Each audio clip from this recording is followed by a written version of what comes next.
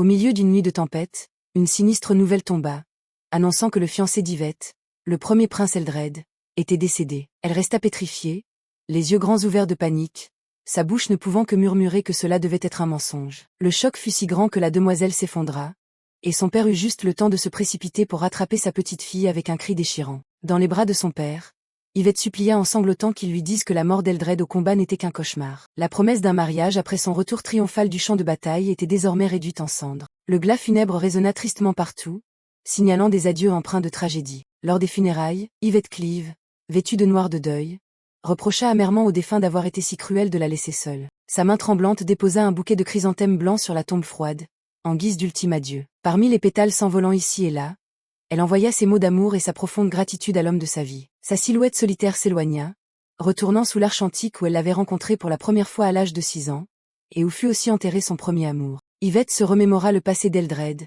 un prince ayant perdu sa mère, devant vivre une vie solitaire comme en prison sous l'oppression de la reine et du grand prince. Ce fut son père, par pitié pour la situation du jeune homme, qui l'avait emmené pour devenir sa compagne, marquant le début de leurs fiançailles. De retour à la réalité, la douleur l'envahit alors qu'Yvette, demoiselle de la maison du marquis Cleave, désespérait de vouloir créer encore plus de souvenirs avec celui qu'elle aimait. Le fil de ses pensées fut interrompu par un soldat, qui lui transmit l'ordre que son Altesse le prince héritier l'attendait dans la grande salle du conseil. Yvette resta figée, demandant avec confusion des précisions sur le titre de prince héritier, et le soldat confirma froidement que son père s'y trouvait également. En apprenant que son père était présent, Yvette fut d'autant plus troublée de savoir qu'elle était convoquée dans un lieu réservé uniquement aux 12 familles les plus puissantes de l'Empire. Elle ne pouvait croire qu'elle soit appelée dans un endroit si solennel, pressentant qu'un malheur était sur le point d'arriver. Refoulant toute son inquiétude, Yvette acquiesça, ses pas lourds suivant le soldat le long du couloir glacial. Lorsque les grandes portes s'ouvrirent, le soldat annonça d'une voix forte que la demoiselle de la maison Cleave était arrivée. Et alors,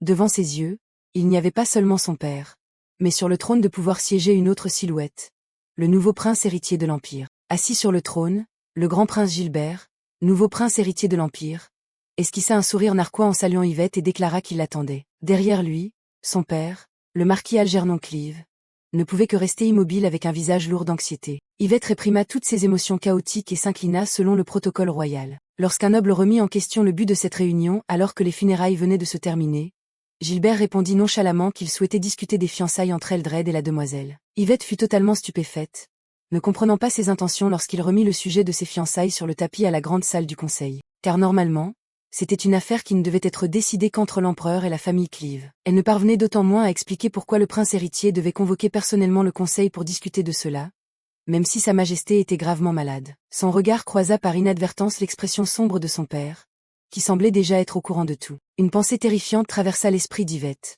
Se pouvait-il que son père sache exactement ce que le prince héritier s'apprêtait à dire? Gilbert commença son discours d'un ton hypocrite, disant que ce qui s'était passé était regrettable et que l'Empire tout entier avait tant espéré ce mariage. Le marquis Cleave s'avança avec inquiétude et conseilla qu'il n'était pas nécessaire de consacrer du temps au conseil pour discuter de cela. Cependant, Gilbert rappela nonchalamment qu'ils étaient fiancés depuis 10 ans. Il regarda soudainement Yvette droit dans les yeux et lui demanda si elle se souvenait d'un certain incident survenu entre eux il y a 10 ans. Les souvenirs affluèrent. C'était il y a 10 ans, lorsqu'elle fut invitée par Eldred à une petite réception de thé privée pour eux deux seuls. Dans cet espace chaleureux, le jeune prince dit en souriant qu'il avait spécialement préparé aujourd'hui le thé qu'Yvette avait autrefois trouvé délicieux et l'invita à le goûter. Yvette sourit avec bonheur, porta la tasse de thé à ses lèvres et prit une petite gorgée pour répondre à la sincérité de son fiancé. Soudain, une quinte de toux retentit, brisant l'atmosphère paisible, faisant sursauter Eldred qui appela Yvette en voyant son état anormal. Du sang frais jaillit soudainement de la bouche d'Yvette, tachant sa robe et le sol alors qu'Eldred criait désespérément d'appeler un médecin. Après cet accident terrifiant,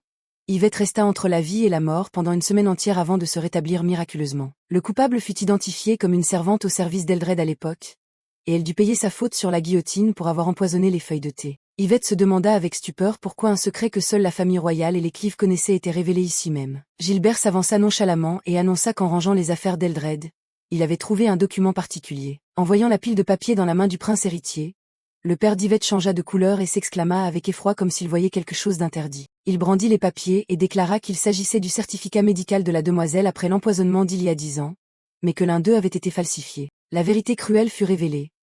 La fille du marquis Cleave avait été diagnostiquée incapable de concevoir en raison des séquelles du poison autrefois. Yvette resta pétrifiée, les yeux grands ouverts de terreur, son esprit répétant sans cesse la question de savoir si elle ne pouvait vraiment pas avoir d'enfant. Elle s'enlaça en tremblant, demandant d'une voix hachée au prince héritier ce que cela signifiait et pourquoi elle n'était pas au courant. Gilbert eut un rictus en regardant le visage pitoyable d'Yvette et réalisa que la demoiselle elle-même semblait avoir été tenue dans l'ignorance jusqu'à présent. Immédiatement, le marquis Clive s'effondra au sol, se prosternant devant le prince héritier sous les yeux ébahis de tous les nobles présents. Il admit en sanglotant que sa fille était totalement innocente, se déclarant prêt à accepter tout châtiment pour avoir caché la vérité tout en suppliant d'épargner sa famille. Yvette resta interdite devant la vérité atroce, accusée d'être une personne imparfaite ayant osé tromper la famille royale pour accéder au rang de princesse héritière. Le souvenir d'un rêve simple d'enfance revint, où elle désirait être mère, bercer et élever son propre enfant. Elle avait rêvé d'un foyer heureux avec l'homme qu'elle aimait, regardant leurs enfants grandir en paix. Mais maintenant, tout volait en éclats comme des morceaux de miroir.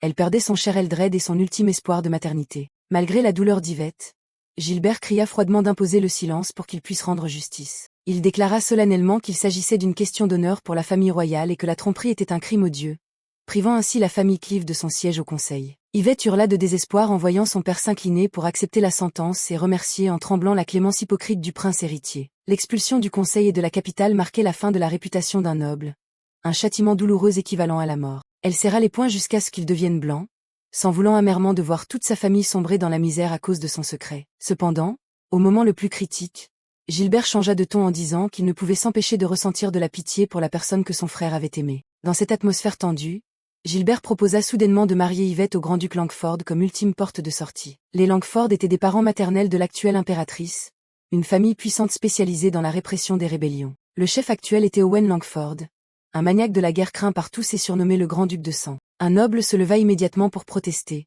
estimant qu'une menteuse comme Yvette ne le méritait pas, d'autant plus que Langford avait perdu sa femme il y a seulement 6 mois. Le marquis Clive ne pouvait croire qu'un homme aussi cruel que le grand-duc puisse accepter sa fille. Le bruit des pas de Gilbert résonna froidement alors qu'il affirmait qu'il ne s'agissait pour l'instant que d'une proposition de mariage calculée. Il s'approcha du père, posa une main menaçante sur son épaule et lui rappela de bien réfléchir car c'était la meilleure option pour sa famille en ce moment. Yvette resta figée au milieu de la grande salle, les yeux vides, regardant le dos de ceux qui décidaient de son sort comme s'il s'agissait d'une marchandise. Le crépuscule descendit sur la demeure des Clive, annonçant un avenir sombre et de futures tempêtes. À peine rentrée chez elle, Yvette entendit les cris alarmés de ses proches accourant précipitamment à sa rencontre avec une immense inquiétude. À peine arrivée, Yvette s'effondra dans les bras de sa mère en l'appelant d'une voix étouffée après toutes les épreuves subies. Madame Scarlett Clive éclata en sanglots de regret, s'excusant sans cesse auprès de sa fille et s'en voulant de ne pas avoir dit la vérité plus tôt. En voyant les larmes couler sur le visage de sa mère, Yvette réalisa avec stupeur que même sa mère connaissait son infirmité depuis tout ce temps. Elle pensa que ses parents avaient dû tout faire secrètement pour la protéger derrière les portes de sa chambre d'hôpital autrefois. Malgré sa compréhension envers ses parents, à cet instant, Yvette se sentait réellement épuisée et ne voulait plus penser à rien d'autre. Assis ensemble, son père se demandait avec angoisse comment le prince héritier avait pu obtenir l'original de ce certificat médical, soupçonnant qu'il avait retrouvé le médecin de l'époque. Il réalisa avec amertume que la mort d'Eldred était l'occasion rêvée pour la faction du prince héritier d'abattre la famille du marquis Clive, allié du second prince. Sa colère éclata, il déclara qu'il quitterait la capitale comme ordonné mais qu'il ne laisserait personne blesser sa fille davantage. Yvette regarda son père avec peine, l'appelant intérieurement et ressentant une culpabilité immense en pensant que sa famille sombrait à cause d'elle. Le marquis Algernon Clive baissa la tête de douleur, s'excusant sincèrement d'avoir entraîné sa fille dans cette lutte de pouvoir cruelle et implorant son pardon. Yvette fut bouleversée de voir pour la première fois son père, autrefois si puissant, devenir si timide et vulnérable. Elle réalisa que durant toute cette journée, son père n'avait rien fait d'autre que de lui présenter sans cesse ses excuses les plus sincères. Un léger soupir s'échappa alors qu'il s'excusait à nouveau, serrant le cœur d'Yvette de pitié pour son géniteur. Yvette pensa que ses parents s'étaient sacrifiés pour la protéger et qu'après avoir perdu Eldred,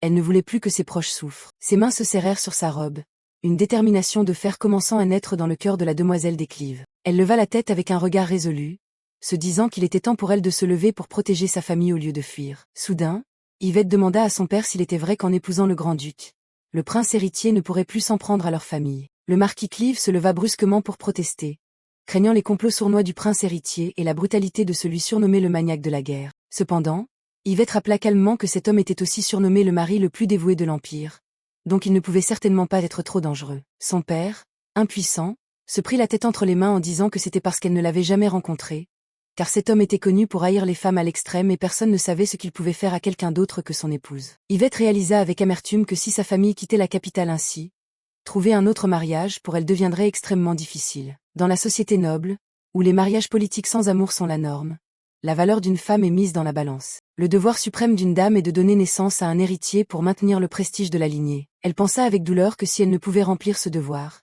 alors aux yeux de la haute société, elle n'aurait aucune valeur. Refoulant ses émotions, Yvette affirma à sa mère que c'était le bon choix, car aucun autre homme n'accepterait une fille portant une telle infirmité. Elle croyait qu'en devenant la grande duchesse, elle aurait assez de pouvoir pour enquêter sur les mouvements du prince héritier et protéger son père. Même s'il s'agissait d'un mariage politique froid, cela lui importait peu car son cœur était déjà rempli de l'amour infini reçu du défunt Eldred. Le marquis Clive tenta de s'y opposer en pleurant, s'en voulant de tout et ne voulant pas que sa fille sacrifie sa vie pour un père impuissant. Yvette prit doucement les mains tremblantes de son père, le rassurant en disant qu'elle avait entendu que le grand-duc avait 3 enfants et qu'elle s'entendrait peut-être bien avec eux. Un doux sourire apparut sur les lèvres de la demoiselle des Clive alors qu'elle suppliait son père de ne pas s'inquiéter, car elle était prête à entamer un nouveau voyage semé d'embûches. Le marquis Algernon regarda sa fille avec un regard douloureux, appelant doucement le nom d'Yvette comme une confirmation finale de cette décision déchirante. Et ainsi, devant la détermination inébranlable d'Yvette, son père fut contraint de prendre la plume pour écrire la lettre d'approbation du mariage avec le grand-duc. Pourtant, quelques jours plus tard,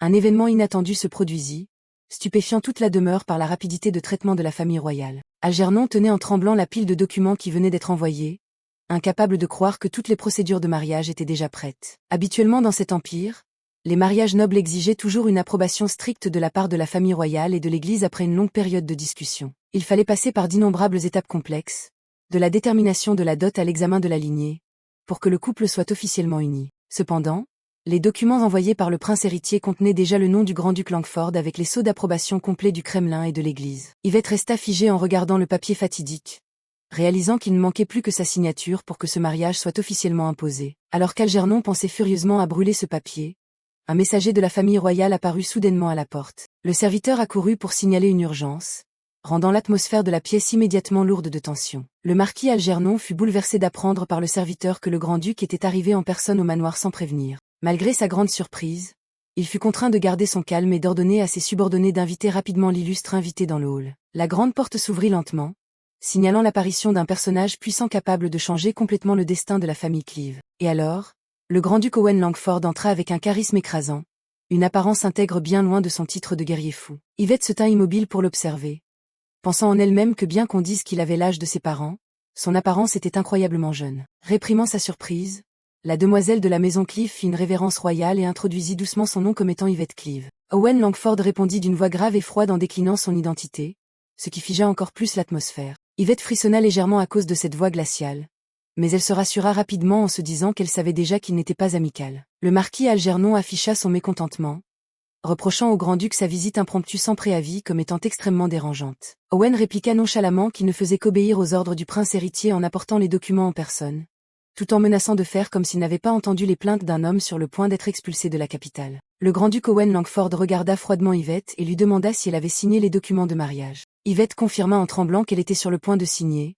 puis Owen déclara qu'aussitôt terminé, ils se rendraient ensemble au palais puis directement à sa demeure. Yvette fut stupéfaite par cette rapidité, mais Owen répondit simplement qu'il était lui-même très occupé. En réprimant sa panique, Yvette serra ses mains tremblantes et dit doucement qu'elle avait une dernière requête. Owen Langford pencha la tête d'un air scrutateur, demandant d'une voix basse ce que la demoiselle souhaitait demander. Yvette expliqua avec émotion qu'en signant ce document elle n'appartiendrait plus à la famille Clive, et demanda donc la permission de faire de brefs adieux. Le grand-duc accepta d'un signe de tête mais n'oublia pas d'ajouter un avertissement froid en disant qu'il ne lui accorderait pas beaucoup de temps. Dès que la porte de la chambre s'ouvrit, un appel paniqué de ma sœur retentit, empêchant Yvette de retenir ses larmes. Ses 2 jeunes frères et sœurs, Kyle et Cheryl, se précipitèrent vers elle, demandant en pleurant s'il était vrai qu'elle retournerait au domaine avec la famille. Yvette s'agenouilla pour serrer ses frères et sœurs dans ses bras, les informant doucement qu'elle partirait avec le grand-duc et les consolant en disant que ce n'était qu'un adieu précoce. Cheryl éclata en sanglots et se jeta dans les bras de sa sœur comme pour retenir la dernière chaleur avant la séparation. La petite sœur ne cessait de supplier Yvette de l'emmener avec elle car elle ne voulait pas quitter sa sœur bien-aimée. Yvette ferma les yeux de douleur, ne pouvant que s'excuser avec émotion et promettre que son cœur serait toujours tourné vers eux. La baronne Scarlett tenta de contenir sa douleur pour rappeler à Kyle et Cheryl de ne plus rendre la tâche difficile à leur sœur. Elle souleva doucement le menton d'Yvette, regardant attentivement le visage de sa fille comme pour graver cette image dans son âme. Yvette, les larmes aux yeux, sourit en disant qu'elle avait été très heureuse d'être sa fille et recommanda à sa mère de prendre soin de sa santé. Madame Scarlett répondit également avec un sourire qu'elle était aussi très heureuse de la voir, tout en disant à Yvette que si elle ne trouvait pas le bonheur, elle pouvait revenir n'importe quand. Toute la famille se serra fort dans les larmes. Des mots d'amour furent échangés dans l'atmosphère tragique de la séparation. De retour à la réalité, Yvette salua et remercia le grand-duc d'avoir attendu qu'elle règle la question de la dot. La main d'Yvette signa résolument le pacte fatidique, devenant officiellement la femme de l'homme le plus redoutable de l'Empire. Yvette inclina légèrement la tête et pria le grand-duc de l'aider désormais, marquant le début d'un contrat plein de risques. Owen Langford, tout en tenant les documents, annonça froidement que comme ils étaient tous deux en période de deuil, il n'avait l'intention d'organiser aucune cérémonie de mariage. Yvette ressentit une pointe de tristesse car il n'y aurait jamais de véritable mariage.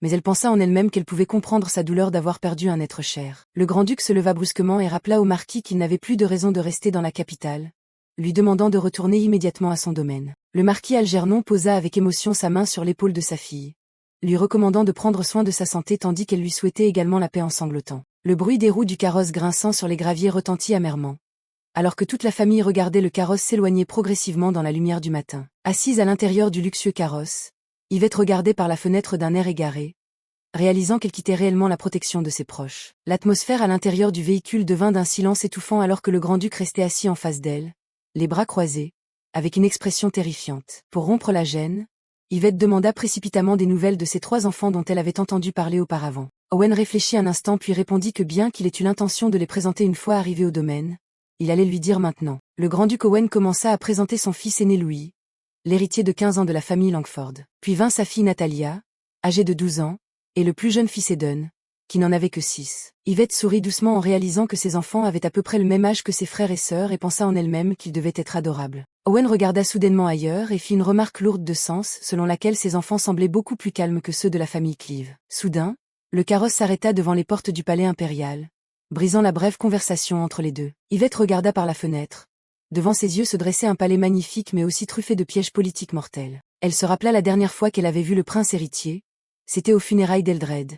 Et maintenant tout avait complètement changé. L'annonce retentit alors qu'Owen guidait Yvette vers la pièce où le prince héritier les attendait. Malgré sa peur, Yvette avança courageusement, espérant secrètement découvrir cette fois la véritable raison pour laquelle Gilbert avait forcé ce mariage. La porte s'ouvrit, Gilbert les accueillit avec un sourire et dit qu'il était ravi qu'ils soient tous deux présents comme prévu. Yvette fit une révérence timide au prince héritier selon l'étiquette. Mais Gilbert sourit simplement en disant qu'il n'était pas nécessaire d'être si rigide car il faisait désormais partie de la même famille. Il rappela avec un sourire en coin qu'à l'origine elle devait épouser Eldred. Donc ils auraient dû être beau-frère et belle-sœur. Puis il dit familièrement à la demoiselle de faire comme chez elle. La scène du prince héritier recevant le contrat des mains d'Owen Langford fit froid dans le dos d'Yvette lorsqu'il déclara nonchalamment ses félicitations pour leur union officielle. Gilbert regarda Owen droit dans les yeux et demanda au grand-duc de promettre de ne rien faire qui puisse blesser Yvette car il faisait plus confiance à Owen qu'à quiconque. Soudain, Gilbert se souvint et annonça que son père, l'empereur, avait l'intention de s'entretenir en privé avec la demoiselle de la maison Cleave. Yvette, un peu déconcertée, demanda confirmation sur l'audience de sa majesté, et le prince expliqua qu'il était très inquiet et voulait la voir en personne. Les pas d'Yvette résonnèrent le long des couloirs du magnifique palais, la menant vers la demeure du souverain de l'Empire. Lorsque la porte de la chambre de malade s'ouvrit, Yvette entra en tremblant sous l'annonce du guide signalant la présence de la demoiselle. L'empereur Melvin, allongé sur son lit de douleur, sourit légèrement à Yvette, disant que cela faisait longtemps et qu'il devrait peut-être maintenant l'appeler Madame Langford. Le visage bienveillant de Melvin Randolph de Luyben apparaissait clairement sous la lumière du soleil, l'empereur de l'Empire Luyben paraissant beaucoup plus jeune qu'elle ne l'avait imaginé. L'empereur Melvin s'excusa faiblement d'accueillir Yvette dans son état actuel de faiblesse. Il soupira de regret de ne pas avoir pu empêcher Eldred d'aller au front, mais Yvette l'interrompit immédiatement en affirmant qu'il ne faisait qu'accomplir son devoir de protection du pays. Le regard triste de Melvin s'abaissa, il avoua qu'il avait encore une autre chose pour laquelle il devait s'excuser auprès d'elle. Yvette sourit doucement en disant qu'elle avait appris par son père que sa majesté avait tout de même approuvé les fiançailles bien qu'il sache qu'elle ne pouvait pas avoir d'enfant. L'empereur se souvint avec émotion qu'Eldred avait été extrêmement tourmenté par ses propres actes qui avaient fait perdre à la jeune femme sa capacité d'être mère. Malgré tout, Eldred était venu supplier son père de lui permettre de rester aux côtés d'Yvette par amour profond, même s'il devait renoncer à sa position de prince héritier. Yvette fut stupéfaite car c'était la première fois qu'elle entendait parler du sacrifice silencieux de son défunt mari pour la protéger des préjugés cruels. Melvin expliqua que son fils ne voulait pas qu'elle subisse la même tragédie que sa mère, la défunte impératrice Esmeralda. Autrefois, Madame Esmeralda avait été sévèrement critiquée pour sa difficulté à concevoir, au point d'être forcée d'accepter que l'empereur prenne une concubine. Et ainsi Gilbert était né de cette concubine, jusqu'à ce que 5 ans plus tard, elle puisse enfin donner naissance au fils qu'elle avait tant désiré. La pauvre impératrice Esmeralda était décédée dans un état de dépression sévère dû à la malveillance incessante de son entourage. Elle était partie avant même qu'Yvette ne rencontre Eldred, laissant un vide de pouvoir qui avait ébranlé sa position avec l'apparition de la concubine Daria. Melvin se prit la tête entre les mains, accablé de remords, avouant qu'à cause de ces événements, la relation entre les deux frères Eldred et Gilbert n'avait jamais été bonne. Yvette écouta en silence, son esprit commençant à relier les événements inhabituels du passé. Elle se rappela que chaque fois qu'elle visitait le palais impérial, le prince héritier Gilbert apparaissait fréquemment pour voir son frère avec un faux sourire. Pourtant, Contrairement à cet accueil chaleureux, Eldred se montrait toujours extrêmement furieux et criait que venir sans prévenir était un acte de manque de respect. Gilbert souriait simplement d'un air sinistre, répliquant nonchalamment qu'il voulait seulement voir le visage de son frère un instant. Même pour une personne extérieure comme Yvette, elle réalisait à quel point leur relation était mauvaise en voyant un Eldred habituellement doux devenir si enragé. Yvette se demanda si s'ils se détestaient vraiment.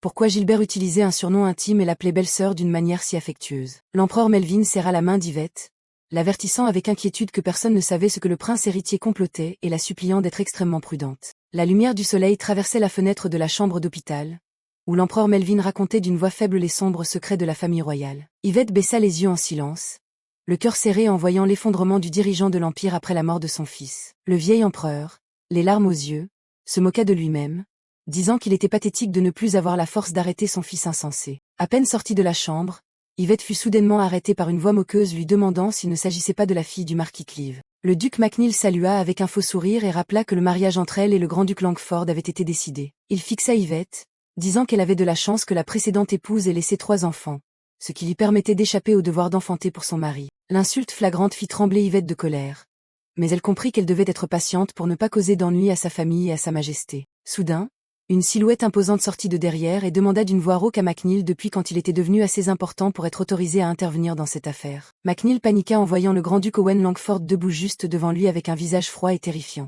Owen serra les poings, déclarant solennellement qu'Yvette était officiellement son épouse et qu'il venait d'entendre des insultes impardonnables dirigées contre elle. Le grand-duc Owen Langford dégageait une aura meurtrière glaciale, demandant d'une voix grave comment l'homme en face de lui comptait expliquer ses actes. Le noble était si effrayé que son visage perdit toute couleur, bégayant qu'il connaissait Yvette depuis qu'elle était enfant. Il s'empressa de baisser la tête, avouant qu'il n'avait aucune intention d'insulter la demoiselle. Mais Owen l'interrompit froidement en affirmant que ses excuses devaient être adressées à Yvette et non à lui. Le noble gémit en tremblant de honte, une sueur froide coulant à flots sous la pression étouffante du grand-duc. Il essaya de se justifier en rappelant qu'il entendait souvent le marquis Cleave raconter de belles histoires sur elle. Avec un visage pitoyable et hypocrite, il affirma que ses paroles ne provenaient que de l'inquiétude et n'avaient absolument pas pour but de la blesser. Yvette observait en silence, se demandant avec indignation s'il considérait vraiment cela comme une excuse après ce qu'il avait fait. À ce moment-là, Owen tendit fermement la main pour faire barrage, déclarant qu'il n'était pas nécessaire de pardonner à une personne de son espèce. Le grand-duc protégea Yvette derrière son dos, une protection inattendue qui la laissa un instant stupéfaite au milieu de l'espace magnifique. Il regarda l'homme en face de lui avec des yeux froids comme des lames, demandant d'une voix rauque une fois de plus s'il avait bien entendu ce qu'il venait de déclarer, qu'Yvette était son épouse. Le grand-duc déclara fermement que la conversation était terminée et menaça l'autre de ne plus jamais montrer son visage devant sa femme. Owen Langford emmena froidement Yvette, ignorant les cris pitoyables et les supplications du lâche noble de bien vouloir attendre. Yvette inclina légèrement la tête pour présenter ses excuses sincères d'avoir impliqué le grand-duc dans des ennuis inutiles causés par elle-même. Owen se tourna vers elle, son regard s'adoucissant un peu en affirmant qu'elle faisait désormais partie de la famille Langford et qu'elle n'avait pas à se soucier de ces gens de rebut. Yvette se sentit réconfortée d'être protégée, pensant en elle-même qu'il ne semblait pas aussi de sang-froid que ce que son père l'avait prévenu. Cependant, Owen annonça soudainement qu'il avait encore des affaires d'après-guerre à régler et qu'il ne pouvait pas rentrer au manoir avec elle aujourd'hui. Yvette ressentit une pointe d'inquiétude à l'idée d'aller seule dans sa nouvelle demeure, mais elle accepta rapidement avec un sourire, ne voulant pas paraître égoïste à ce moment-là. Le carrosse se mit en route pour emmener Yvette dans l'enceinte de la maison Langford, où elle fut émerveillée par une splendeur dépassant de loin celle de sa propre famille. Dès qu'elle descendit de voiture, la demoiselle de la maison Cleave reçut un accueil solennel de la part du personnel du manoir, conformément aux instructions du maître. Une femme d'un certain âge au visage sévère se présenta comme Ella Bowen, l'intendante responsable de la gestion de toute la demeure. L'intendante Ella mena froidement Yvette visiter le vaste domaine, marquant ses premiers pas en territoire inconnu. Yvette eut un moment d'hésitation, chaque pas sur le tapis rouge luxueux semblait peser de pressentiments inquiétants. Soudain, un seau d'eau glacée fut versé directement sur sa tête, faisant hurler Yvette de terreur et la laissant figée, totalement trempée. Elle tremblait à cause du froid soudain, les oreilles sifflantes en entendant des rires malveillants venant d'en haut demandant si on avait vu cette scène. Yvette leva les yeux et aperçut la silhouette d'une petite fille tenant un seau vide à la fenêtre avec un sourire triomphant. C'était Natalia, la fille du grand-duc, qui déclara haut et fort qu'Yvette était certainement la femme méchante que son père avait ramenée. Yvette s'effondra au sol, bouleversée, alors que les insultes affirmant que cet endroit n'était pas pour son genre de personne et lui ordonnant de repartir d'où elle venait résonnaient dans le hall. L'intendante Ella s'empressa de présenter des excuses formelles, demandant à la demoiselle d'être indulgente car Natalia était encore trop jeune. Yvette réalisa amèrement qu'elle savait qu'elle ne serait pas la bienvenue, mais elle n'aurait jamais imaginé que la haine éclaterait si violemment dès les premières minutes. Natalia et sa servante se tenaient en hauteur avec un regard plein de ressentiment, semblant indiquer que le plan pour évincer la nouvelle belle-mère ne faisait que commencer. Yvette resta pétrifiée au milieu du hall, se rassurant en se disant qu'être ainsi arrosé d'eau était toujours bien mieux que d'être empoisonné. L'intendante la cria immédiatement d'arrêter cet acte et demanda ce qui se passait,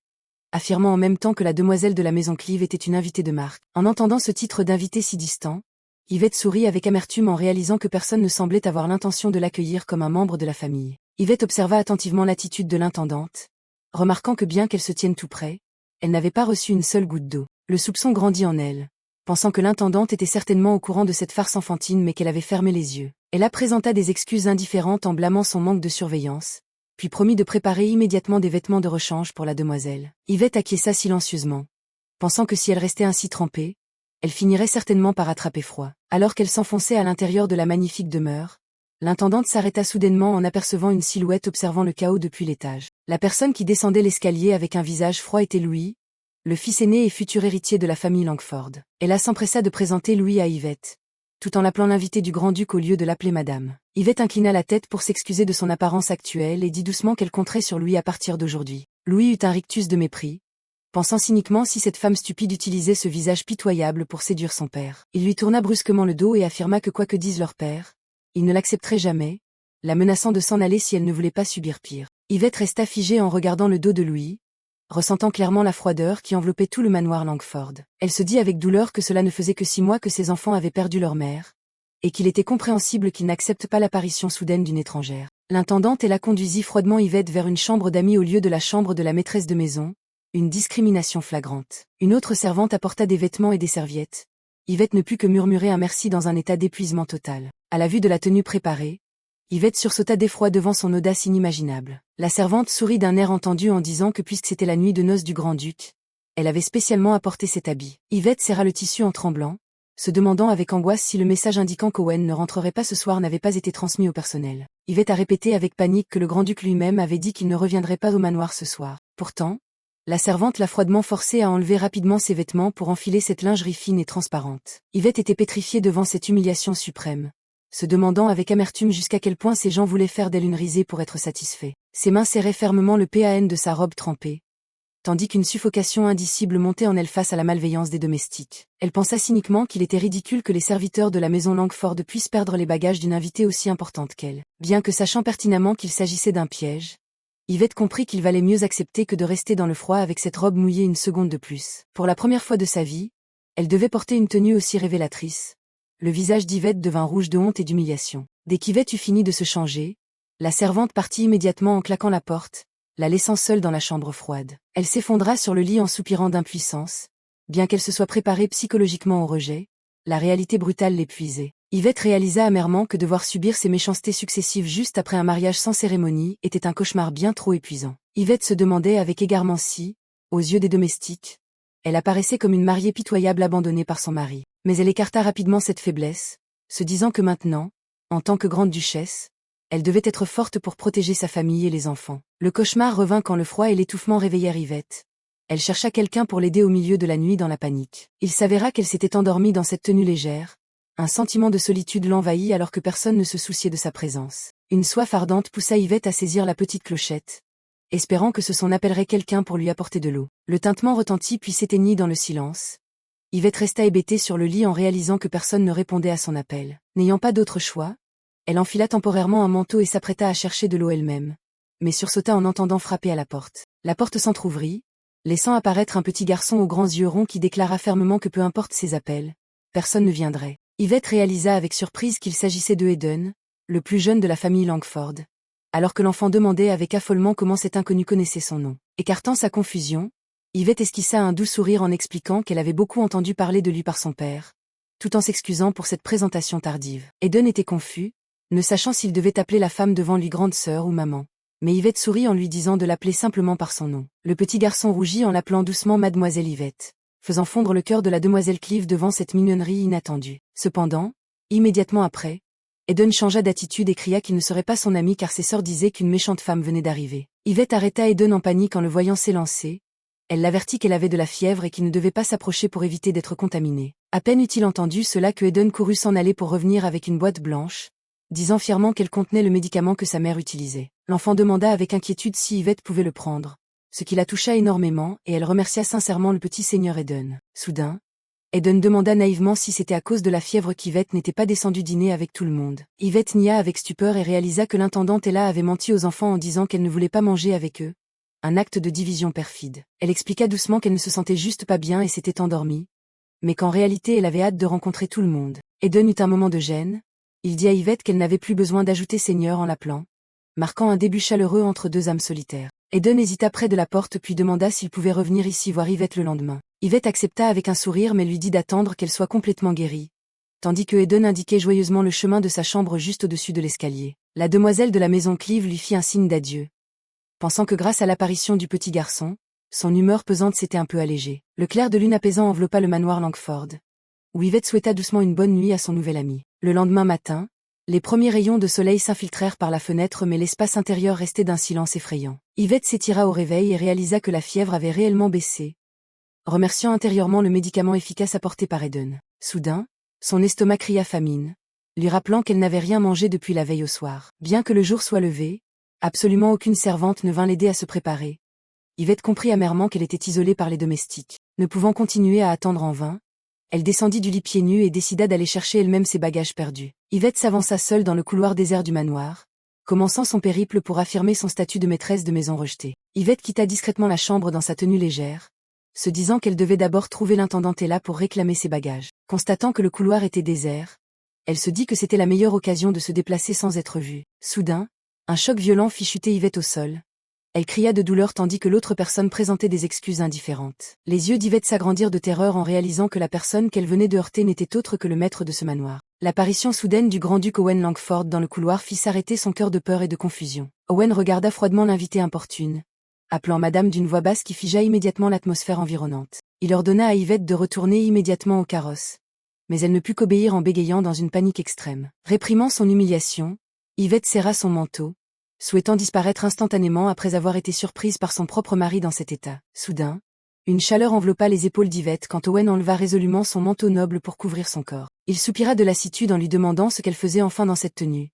Yvette expliqua faiblement qu'elle cherchait juste ses bagages au lieu de demander aux domestiques rusés. Yvette inclina la tête pour s'excuser, pleine de complexe car elle craignait que son apparence lamentable du moment ne nuise à la réputation d'une dame. Le grand-duc Owen soupira et lui demanda de retourner dans sa chambre, tout en promettant qu'il ferait apporter ses bagages immédiatement. Yvette s'assit silencieusement devant une tasse de thé, se disant amèrement qu'elle venait de se transformer en risée dès la première nuit. Peu de temps après, les servantes apportèrent enfin ses bagages pour qu'elle puisse se préparer pour le matin comme si de rien n'était. Pendant qu'elle prenait son repas, l'apparition soudaine d'Owen fit sursauter Yvette.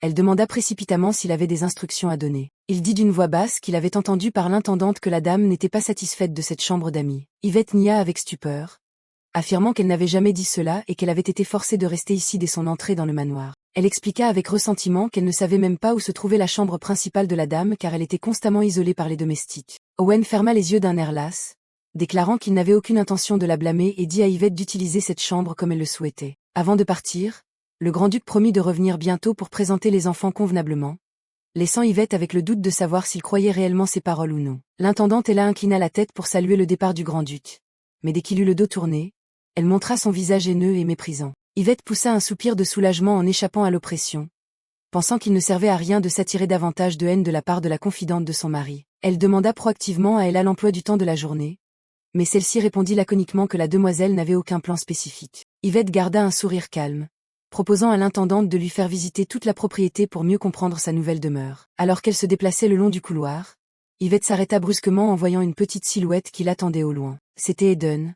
Le petit garçon accourut joyeusement pour demander si la fièvre d'Yvette avait réellement disparu, ce qui la toucha énormément. Le raclement de gorge désagréable d'Ella retentit, brisant ce moment chaleureux. Elle afficha son mécontentement face à cette soudaine proximité. L'intendante Ella demanda avec suspicion à Eden depuis quand il était devenu si proche de la demoiselle de la maison Clive. Yvette réalisa immédiatement l'embarras du petit garçon. Elle congédia fermement Ella en disant qu'elle demanderait à quelqu'un d'autre de la guider pour ne plus faire perdre de temps à l'intendante. Eden poussa un cri de joie puis saisit fermement la main d'Yvette pour l'entraîner, laissant derrière lui le regard furieux de l'intendante qui venait d'être dépouillée de son autorité. Yvette rappela avec affolement à Eden qu'il n'était pas nécessaire de courir ainsi car son corps était encore très petit. Le cadet de la maison Langford baissa la tête pour s'excuser piteusement. Il s'inquiétait car Yvette venait à peine de se remettre de sa fièvre de la nuit dernière. Eden avoua soudainement à Yvette qu'il avait très peur de l'intendante Ella, ce qui la laissa un instant bouleversée par cette cruelle vérité. Écartant sa peur, L'enfant lui prit la main avec enthousiasme et s'exclama qu'il y avait beaucoup d'endroits magnifiques dans le manoir qu'il voulait lui montrer. Yvette le suivit avec un sourire, observant discrètement les lieux que Eden désignait, du hall principal au bureau du grand-duc. Le dernier arrêt fut une pièce splendide. Eden s'enorgueillit en disant que c'était l'endroit où sa mère avait vécu. L'enfant resta figé près de la fenêtre, racontant avec émotion que sa mère disait que regarder les fleurs dehors rendait d'humeur meilleure. C'est pourquoi il voulait qu'Yvette en profite aussi. Yvette réalisa avec douleur que cet enfant voyait en elle l'image de sa défunte mère. Elle lui prit la main et lui conseilla doucement de ne pas réprimer ses émotions. Dès qu'il entendit ces paroles de réconfort, Eden ne put en supporter davantage. Il éclata en sanglots et appela sa mère dans un désespoir total. Yvette serra fort l'enfant contre elle, écoutant ses pleurs déchirants raconter l'effondrement de la famille après la mort de la mère, avant même qu'elle ne mette les pieds sur ce domaine. Yvette réalisa amèrement que sa présence était l'étincelle des disputes acharnées entre le grand-duc et ses fils. Elle serra Eden contre son cœur, s'excusant avec douleur tout en promettant intérieurement de trouver un moyen d'aider le petit et son frère Louis à se réconcilier bientôt. Eden essuya ses larmes puis demanda naïvement si Yvette se sentait mieux. Il sourit légèrement en remerciant sa douce belle-mère. Soudain, la porte s'ouvrit violemment avec les cris agressifs de Louis. Il hurla pour demander quel tour Yvette avait joué à son frère. Malgré les efforts de Eden pour expliquer qu'elle n'avait rien fait de mal, Louis se précipita pour tirer son frère et lui ordonna de quitter cette pièce immédiatement. Il grinça des dents en menaçant d'un revirement cruel que dès qu'il reprendrait la famille, la première chose qu'il ferait serait de la chasser de la maison. Yvette resta figée de terreur. Elle ne put que regarder Eden se débattre en vain alors qu'il était emmené de force par son frère. Les cris de Eden suppliant son frère de lâcher prise résonnèrent dans tout le couloir, laissant une atmosphère sombre et étouffante. Sous la lumière pâle du palais, la silhouette solitaire d'Yvette apparaissait chargée d'inquiétude pour l'avenir incertain. Écoutant les sanglots lointains, Yvette se demanda avec égarement pourquoi ses enfants devaient porter une haine aussi profonde. Yvette regarda fixement la petite silhouette de Eden s'éloigner, le cœur envahi d'une pitié indicible pour l'enfant qui venait de perdre son seul soutien. Soudain, les cris acerbes de Natalia retentirent. La fillette accusa Yvette d'avoir fait pleurer son frère et lui lança un regard plein de haine. Yvette resta pétrifiée devant cette attaque injustifiée, réalisant avec lassitude que peu importe ses efforts, elle serait toujours la coupable à leurs yeux. Natalia hurla avec fureur, menaçant Yvette de ne pas faire semblant d'être pitoyable pour paraître persécutée devant tout le monde. Une larme d'humiliation coula doucement sur la joue d'Yvette. Elle tenta de donner une explication mais sa gorge semblait étranglée par l'amertume. Ne pouvant supporter davantage l'insulte, Yvette tourna brusquement le dos et s'enfuit malgré les excuses tardives et les appels des domestiques. Elle courut à perdre haleine le long des couloirs interminables, le son de sa respiration haletante résonnant dans l'espace silencieux du manoir Langford. Ce n'est que lorsque ses jambes furent épuisées qu'Yvette réalisa avec sursaut qu'elle s'était égarée dans un endroit totalement inconnu durant sa panique. S'arrêtant devant une galerie remplie de portraits, elle contempla les visages sévères des prédécesseurs de cette famille. Yvette soupira en réalisant qu'ils avaient tous des traits communs avec le grand-duc, comme un rappel du sang noble qui rejetait sa présence. Yvette se tint immobile devant le portrait de la famille heureuse du grand-duc, là où se trouvait autrefois une autre femme. Elle réalisa que la personne dans le tableau était la défunte baronne Claudia Langford, une femme dégageant une beauté douce et une grande bonté. En voyant leur sourire radieux du passé, Yvette ne put s'empêcher d'avoir le cœur serré en comparant avec la réalité actuelle pleine de froideur. Elle rêvait secrètement d'une famille aussi chaleureuse. Un rêve de luxe qu'elle pensait ne plus jamais pouvoir réaliser. Un sentiment d'isolement envahit son esprit. Yvette réalisa avec douleur qu'il ne semblait y avoir aucune place pour elle dans cet immense manoir. Elle marcha silencieusement à l'aveuglette, le bruit de ses pas fatigués résonnant dans le couloir du palais qui sombrait peu à peu dans le crépuscule. Ses pieds menèrent Yvette vers le jardin baigné de soleil, où les fleurs rivalisaient de couleurs comme pour apaiser son cœur brisé. Elle toucha doucement le rebord de pierre froid, puis posa sa tête sur ses mains tremblantes pour chercher un court instant de paix. Dans sa somnolence, Yvette murmura le nom d'Eldred et avoua qu'il lui manquait beaucoup, désirant le voir une dernière fois. Soudain, une voix basse résonna à son oreille lui demandant de se réveiller, faisant sursauter Yvette qui se demanda s'il s'agissait d'une hallucination ou si quelqu'un était réellement à ses côtés. Yvette se réveilla en sursaut de son sommeil profond. Elle appela le nom d'Eldred en voyant une autre silhouette sombre se tenir devant elle. Mais la personne qui se tenait là était le grand-duc Owen. Il annonça froidement qu'il était l'heure du dîner et la regarda d'un air scrutateur. Yvette réalisa avec embarras qu'elle s'était endormie dans le jardin. Elle s'empressa de s'excuser d'avoir de nouveau montré une apparence négligée devant son mari. Owen se massa les tempes de fatigue, avouant qu'il avait dû la chercher partout car il ne trouvait nulle part trace de la baronne. Un sentiment de culpabilité l'envahit. Yvette le suivit timidement vers la table à thé, se reprochant intérieurement l'état désordonné de ses vêtements. Assis l'un en face de l'autre sous le coucher du soleil, Owen s'excusa soudainement pour l'attitude agressive de Louis dont il avait entendu parler par Eden. Yvette parut triste. Elle répondit doucement qu'elle comprenait parfaitement les sentiments de Louis et s'inquiétait seulement de savoir si les deux frères s'étaient disputés à cause d'elle. Soudain, un bruit étrange provenant d'Yvette brisa complètement le silence de l'atmosphère. C'était son ventre qui criait famine. Yvette admit en rougissant qu'elle n'avait pas mangé depuis midi. Owen lui demanda alors de l'accompagner immédiatement à la salle à manger. Réprimant sa gêne, Yvette obéit doucement et marcha aux côtés de son puissant mari, commençant ses efforts pour réparer les fissures de cette petite famille. Yvette sursauta en entendant son nom résonner au milieu de la salle de banquet, brisant l'atmosphère silencieuse qui l'enveloppait. Eden lui fit joyeusement signe tandis que Natalia gardait un visage renfrogné, ignorant délibérément la présence de sa belle-mère. Yvette hésita à s'avancer vers la table somptueuse car elle remarqua qu'il ne restait qu'une seule chaise vide, isolée au milieu des regards distants. Elle demanda discrètement des nouvelles de l'absence de Louis. Owen répondit froidement de ne pas s'occuper de lui, faisant penser avec douleur à Yvette qu'il venait de se disputer à son sujet. Elle prit ses couverts avec gêne, essayant d'avaler le copieux dîner dans une ambiance chargée d'hostilité et de haine silencieuse. Yvette tremblait de tension au point de ne pouvoir avaler une seule bouchée, se sentant extrêmement coupable du bruit de son ventre affamé de tout à l'heure. Soudain, Natalia écarta avec humeur ses morceaux de carottes vers l'assiette de Eden, faisant crier le petit garçon d'insatisfaction. La fillette nia immédiatement en prétendant que c'était un accident et que les carottes avaient glissé toutes seules de sa fourchette. Témoin de cette scène enfantine familière, Yvette sourit soudain en se rappelant les fois où son frère Kyle faisait exactement les mêmes bêtises. Elle demanda fermement aux deux de ne pas faire de désordre à table, menaçant même de manger tout leur dessert s'ils n'obéissaient pas, laissant les deux enfants stupéfaits par cette autorité soudaine. Eden dit avec enthousiasme qu'il ne voyait pas d'inconvénient à partager sa part avec elle. Mais Yvette refusa avec un sourire et lui dit de manger lui-même. L'atmosphère devint soudainement gênante quand Yvette réalisa que le grand-duc Owen observait silencieusement chacun de ses gestes. Elle s'excusa rapidement, avouant qu'elle avait involontairement montré ses habitudes de quand elle cajolait ses frères chez elle.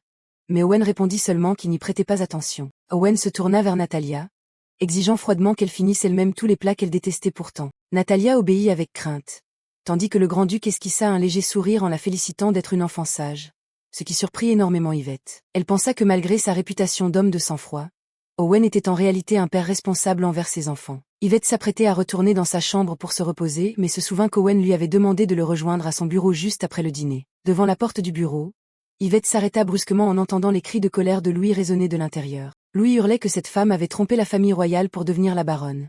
Mais Owen frappa la table en affirmant qu'Yvette n'en savait rien. Il reprocha amèrement à son père, les dents serrées, de ne se soucier que des ordres du prince héritier sans tenir compte des sentiments de ses enfants. Louis demanda avec irritation à son père de ne jamais laisser cette femme mettre les pieds dans la chambre de sa mère avant de partir furieusement. À peine sortit-il, qu'il heurta violemment Yvette qui se tenait à l'écart, la faisant crier de terreur. Le regard d'Owen, tranchant comme un poignard, se fixa sur la baronne. Il demanda d'une voix rauque et ironique si son habitude d'écouter aux portes était une bassesse. Yvette baissa la tête en tremblant pour s'excuser, tandis qu'Owen expliqua froidement que son fils était par nature extrêmement têtu. Elle écarta sa douleur et répondit doucement qu'elle comprenait les sentiments de Louis et demanda à Owen de lui laisser du temps pour convaincre le garçon. Owen la fit entrer dans la pièce et annonça une nouvelle choc. Madame Wyatt ferait une visite surprise le lendemain. La défunte baronne Claudia était la fille de Madame Wyatt. Autrement dit, elle était la puissante grand-mère des enfants. Yvette ressentit de l'inquiétude en pensant que Madame Wyatt n'accepterait certainement jamais la présence d'une remplaçante comme elle. Owen ordonna fermement à Yvette de céder sa chambre d'amis actuelle à Madame Wyatt pour toute la durée de son séjour. Vu l'attitude hostile de Louis, Yvette comprit amèrement qu'elle ne pouvait rêver de la chambre de la grande-duchesse et qu'elle ne pouvait que s'installer dans une chambre d'amis plus petite. Le grand-duc Owen montra de l'hésitation en avouant que les autres chambres n'avaient pas encore été préparées à temps pour accueillir des invités. Il proposa soudainement à Yvette d'utiliser sa propre chambre, la faisant s'exclamer de stupeur dans un état d'ébahissement total. Yvette marcha silencieusement le long du couloir, l'esprit troublé par la perspective de devoir partager la chambre avec ce mari de sang-froid. Debout devant la grande porte de la chambre du grand-duc, elle réalisa en tremblant que le moment fatidique était enfin arrivé. Elle pensa que même avec son précédent mari Eldred, ils n'avaient jamais partagé le même lit.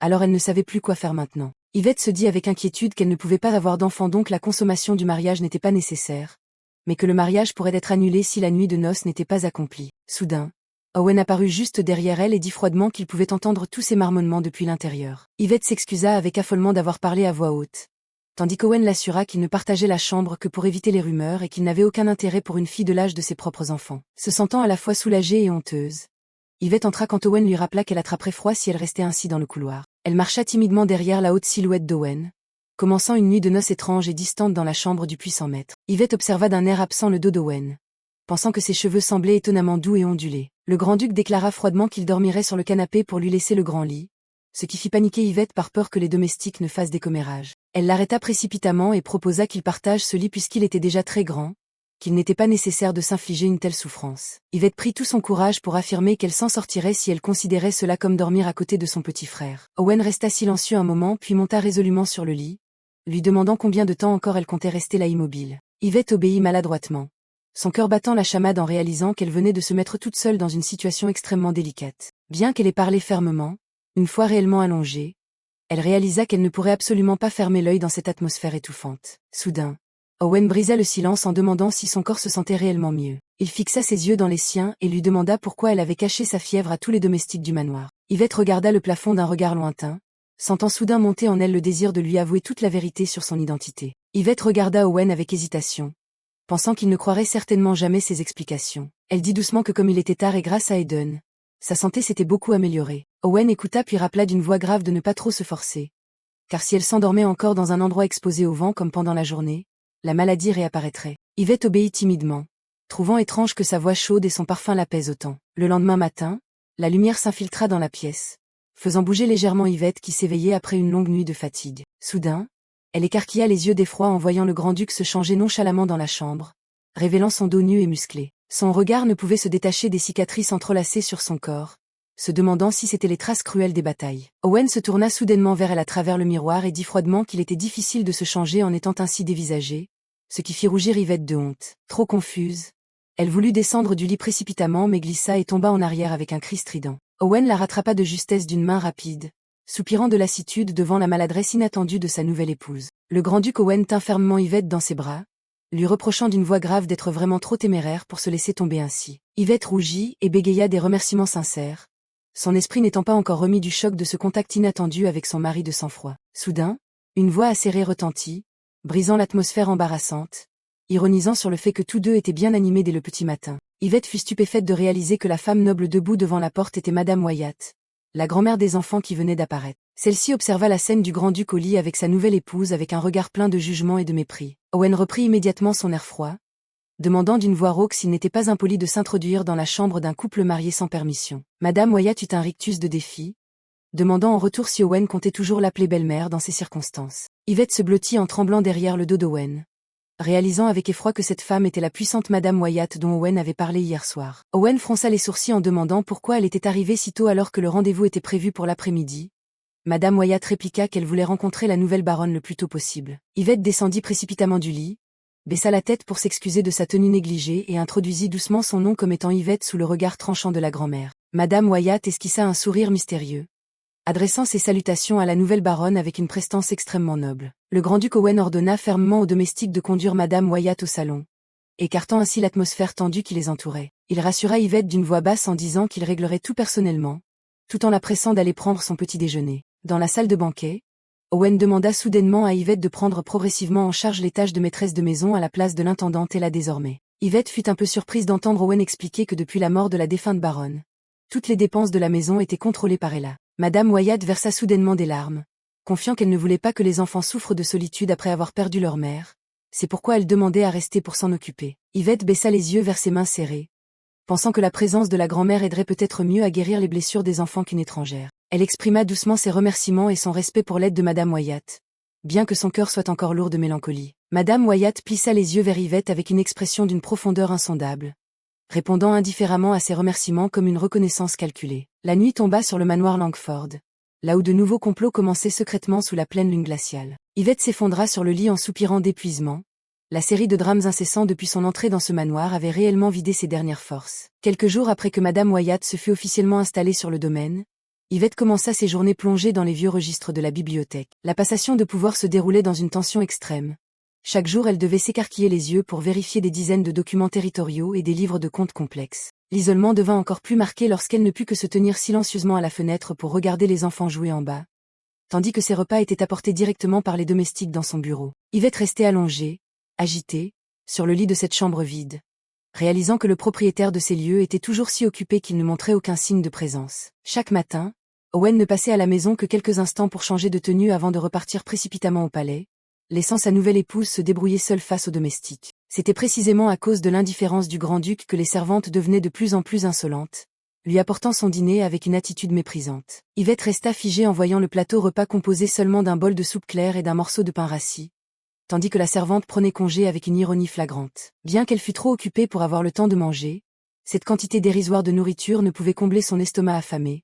Yvette ne pouvait que soupirer en endurant la faim. Elle se dit qu'elle devait faire quelque chose contre ses domestiques mais ne pouvait causer d'esclandre devant Madame Wyatt, se résignant à fermer les yeux tôt pour oublier l'humiliation. Yvette se redressa brusquement de son lit dans l'obscurité, pensant que la faim dévorante l'empêchait de fermer l'œil. Elle marchait d'un pas chancelant dans le couloir désert, une sensation de vertige commençant à envahir son esprit car son corps était trop épuisé. Soudain, une ombre apparut derrière elle et l'appela, faisant sursauter Yvette d'effroi au milieu de cet espace sombre. Dans sa panique, elle glissa et tomba dans l'escalier, n'ayant que le temps de pousser un cri de terreur face à la mort imminente. Une paire de petits bras se jeta soudainement vers elle pour la rattraper.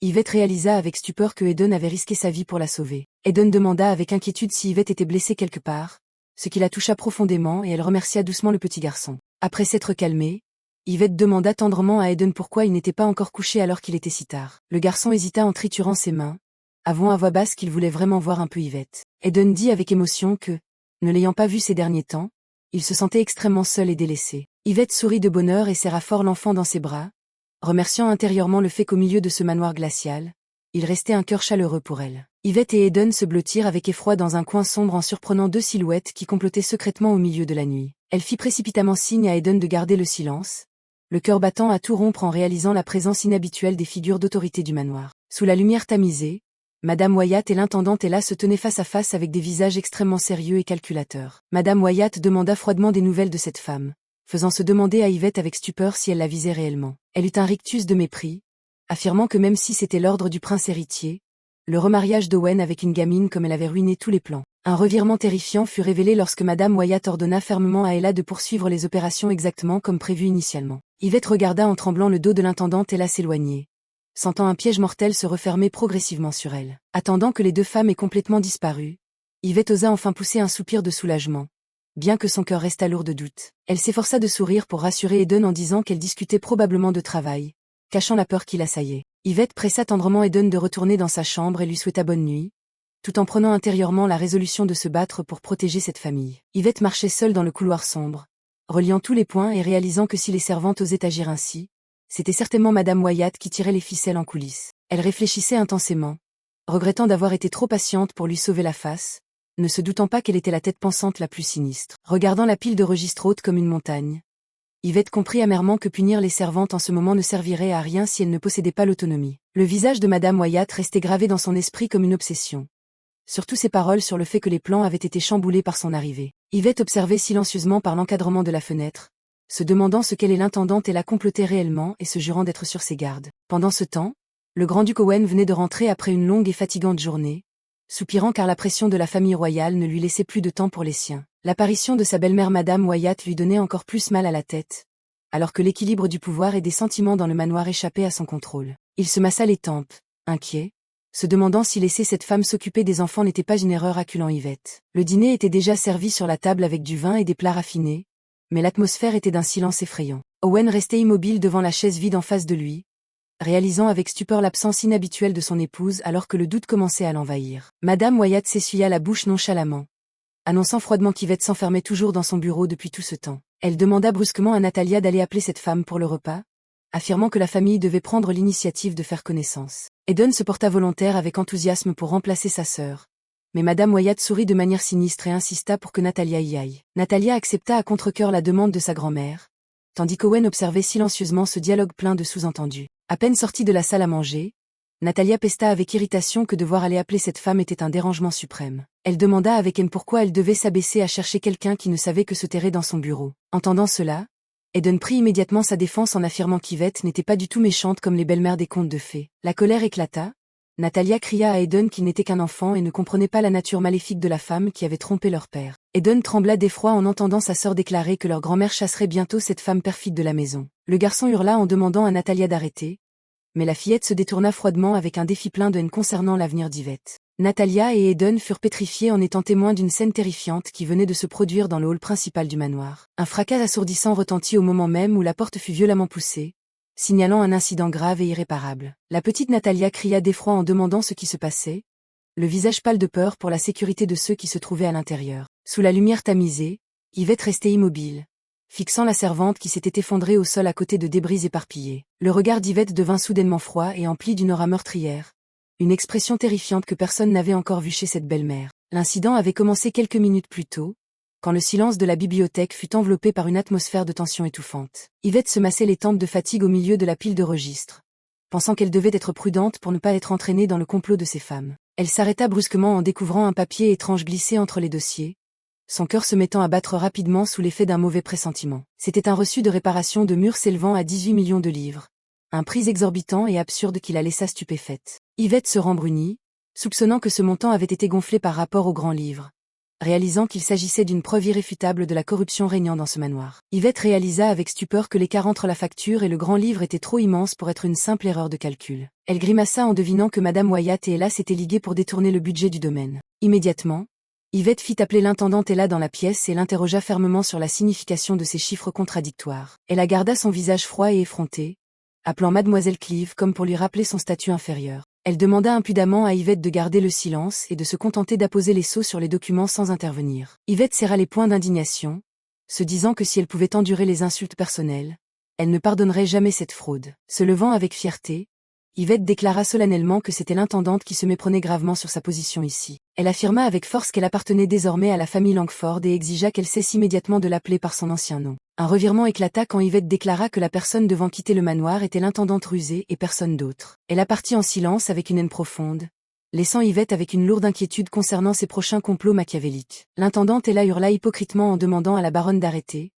tout en brisant délibérément le plateau de nourriture sur le sol. Yvette resta figée en regardant Ella s'effondrer en se cachant le visage pour pleurer à chaudes larmes, une comédie dégoûtante se jouant sous ses yeux. Le grand bruit fit sursauter Yvette. Elle n'eut pas le temps de comprendre que l'atmosphère était devenue extrêmement tendue. À ce moment-là, Natalia et Eden accoururent, la fillette demandant furieusement ce qu'Yvette avait fait à la fidèle intendante de la famille. Le regard de Natalia brûlait de haine en voyant les débris à ses pieds, convaincue que sa belle-mère venait de passer ses nerfs sur Ella. Natalia hurla de dégoût, ordonnant à Yvette de ne plus faire un pas vers elle par peur de sa cruauté. Elle a saisi l'occasion pour serrer Natalia dans ses bras, sanglotant que la petite n'avait rien fait de mal et qu'elle assumerait seule toutes les fautes. Des Cohen, Madame Wyatt et Louis apparurent sur les lieux.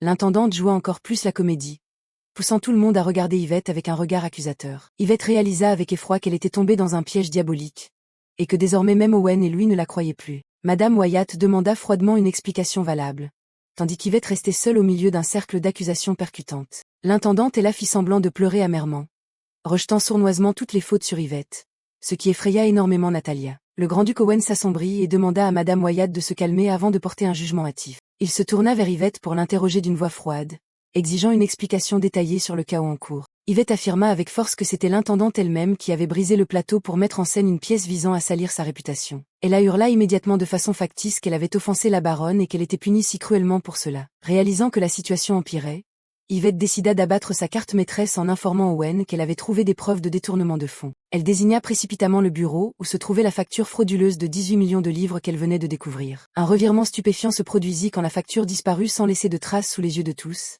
laissant Yvette totalement dévastée. L'intendante ajouta avec triomphe que la baronne était sans doute trop fatiguée par les registres au point d'avoir des hallucinations et de se confondre. Yvette hurla désespérément qu'elle ne mentait pas, mais le regard suspicieux d'Owen à ce moment fut comme une lame transperçant son cœur. Natalia hurla en demandant à son père de chasser immédiatement Yvette de la maison, tandis que Eden s'efforçait de protéger sa pauvre. Une atmosphère tendue s'installa alors que les deux enfants se faisaient face, tandis que le grand-duc Owen gardait un silence effrayant. Il jeta un regard furtif et dubitatif vers Yvette, semblant peser qui jouait la comédie dans cette pièce. Yvette restait là, pleine d'humiliation, pensant qu'il était incroyable qu'une intendante de longue date puisse lui nuire ainsi. Owen se massa les tempes, las de ce désordre, et poussa un soupir comme pour mettre fin à cette dispute insensée. Il déclara froidement qu'on considérait simplement que l'intendante avait laissé glisser le plateau, ce qui fit protester Natalia qui trouvait cela injuste. Owen demanda d'une voix grave à Natalia si elle avait réellement vu de ses propres yeux ce qui s'était passé à l'intérieur de la pièce. Natalia resta bouche bée car elle n'avait en réalité entendu que le cri, mais s'entêta à affirmer qu'Ella l'avait protégée de cette femme maléfique. Un revirement inattendu survint quand Owen affirma avec force qu'Yvette ne l'avait poussée dehors que pour éviter que son enfant ne marche sur des débris de verre. Natalia trembla de terreur en étant réprimandée par son père,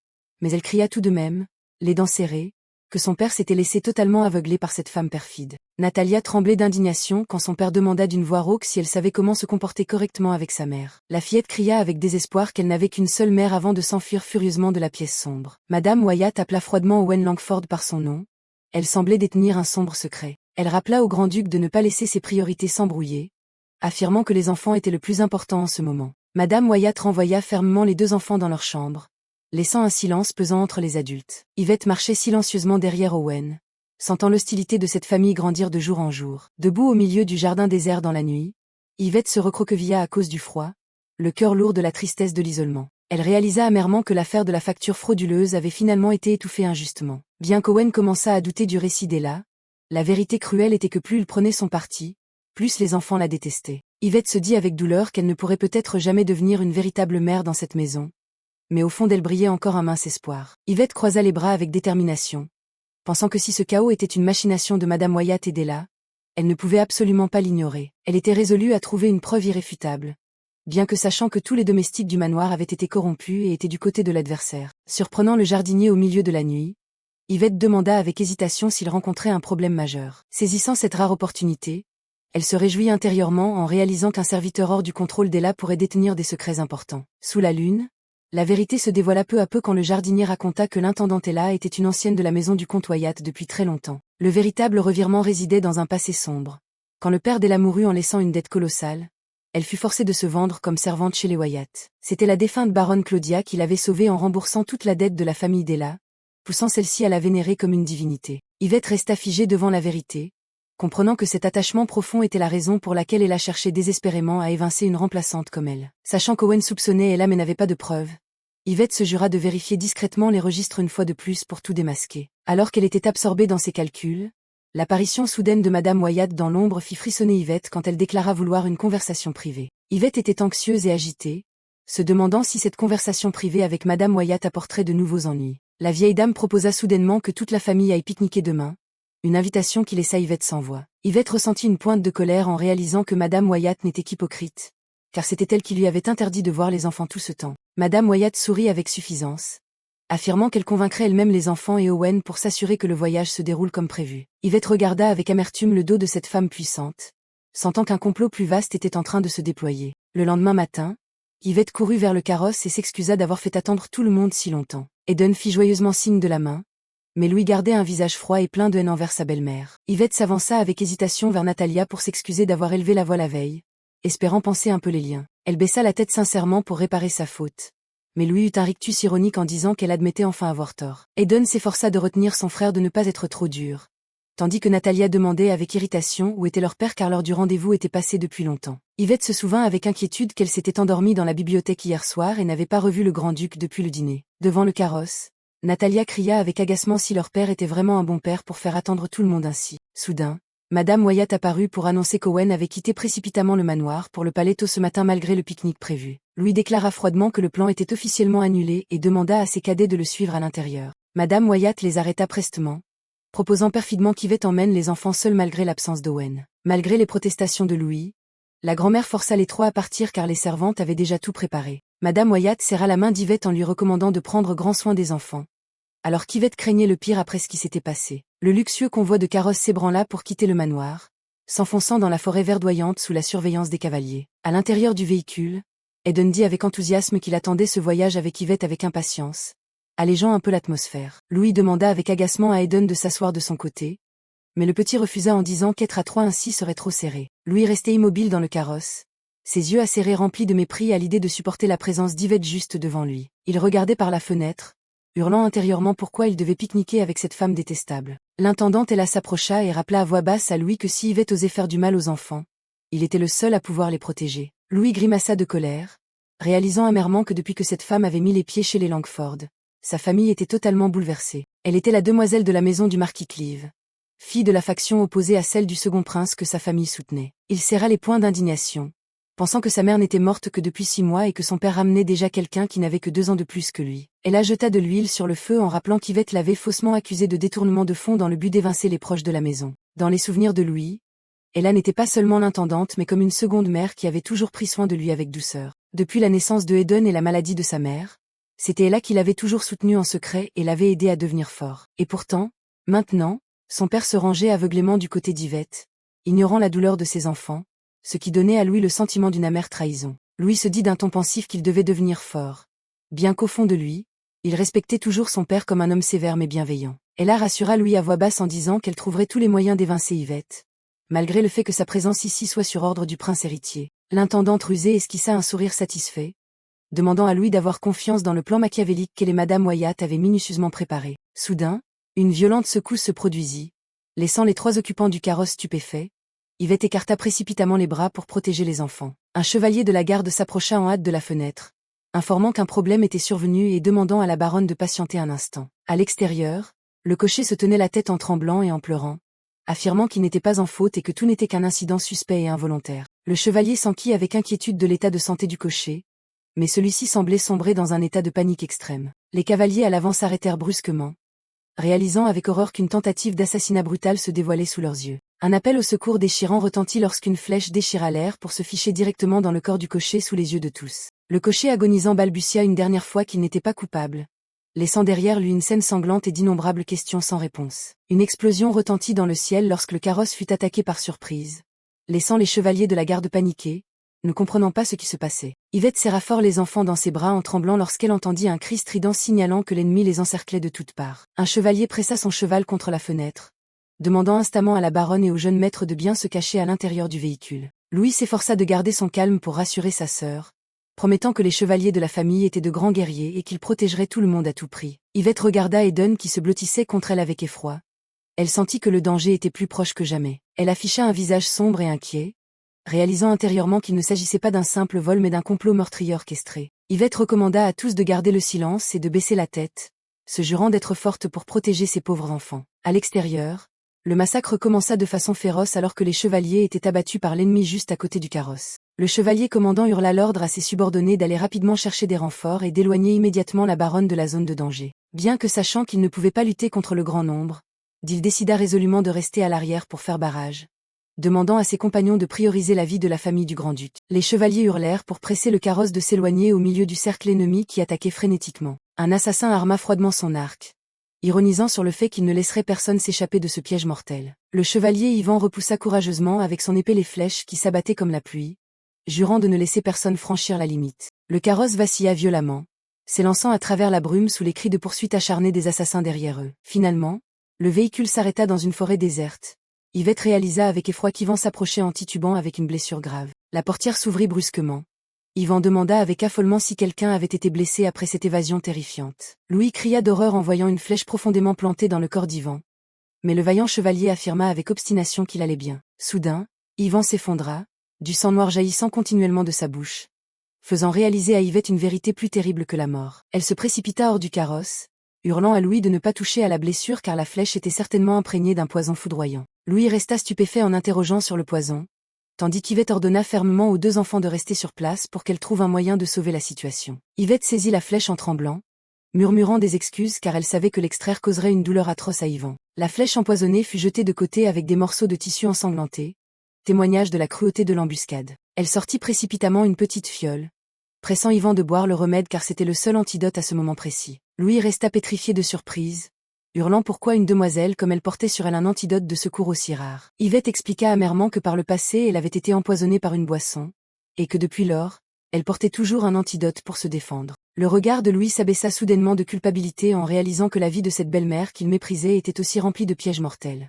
Elle le rassura en disant que le remède agirait dans un instant, mais qu'Yvan devrait être examiné par un médecin royal dès leur retour. Soudain, le cheval des chevaliers hennit de terreur, signalant une présence meurtrière qui s'approchait. Yvette et Yvan regardèrent simultanément vers les fourrés, tous deux sentant que quelqu'un s'approchait furtivement mais semblait être seul. Louis sortit précipitamment du carrosse pour s'enquérir de la situation du chevalier d'Île, mais Yvette lui ordonna immédiatement de retourner protéger Natalia. Yvette fixa le vide puis déclara soudainement qu'elle avait un plan audacieux pour sortir de cette situation périlleuse. L'assassin regarda avec satisfaction le cocher qui avait cessé de respirer, ironisant que la proie avait fini par succomber. Il marcha avec arrogance sur le cadavre, méprisant Yvan d'avoir osé éliminer à lui seul tous ses subordonnés. Le chef s'approcha du carrosse luxueux, demandant d'une voix funeste où se cachaient les enfants de la maison Langford. Yvette et Louis retinrent leur souffle de terreur quand l'assassin frappa violemment contre la paroi du carrosse, signalant le début du carnage. Soudain, Yvan surgit par derrière pour porter un coup fatal, faisant hurler l'assassin de douleur en criant qu'il avait été attaqué par surprise. Profitant de la faille,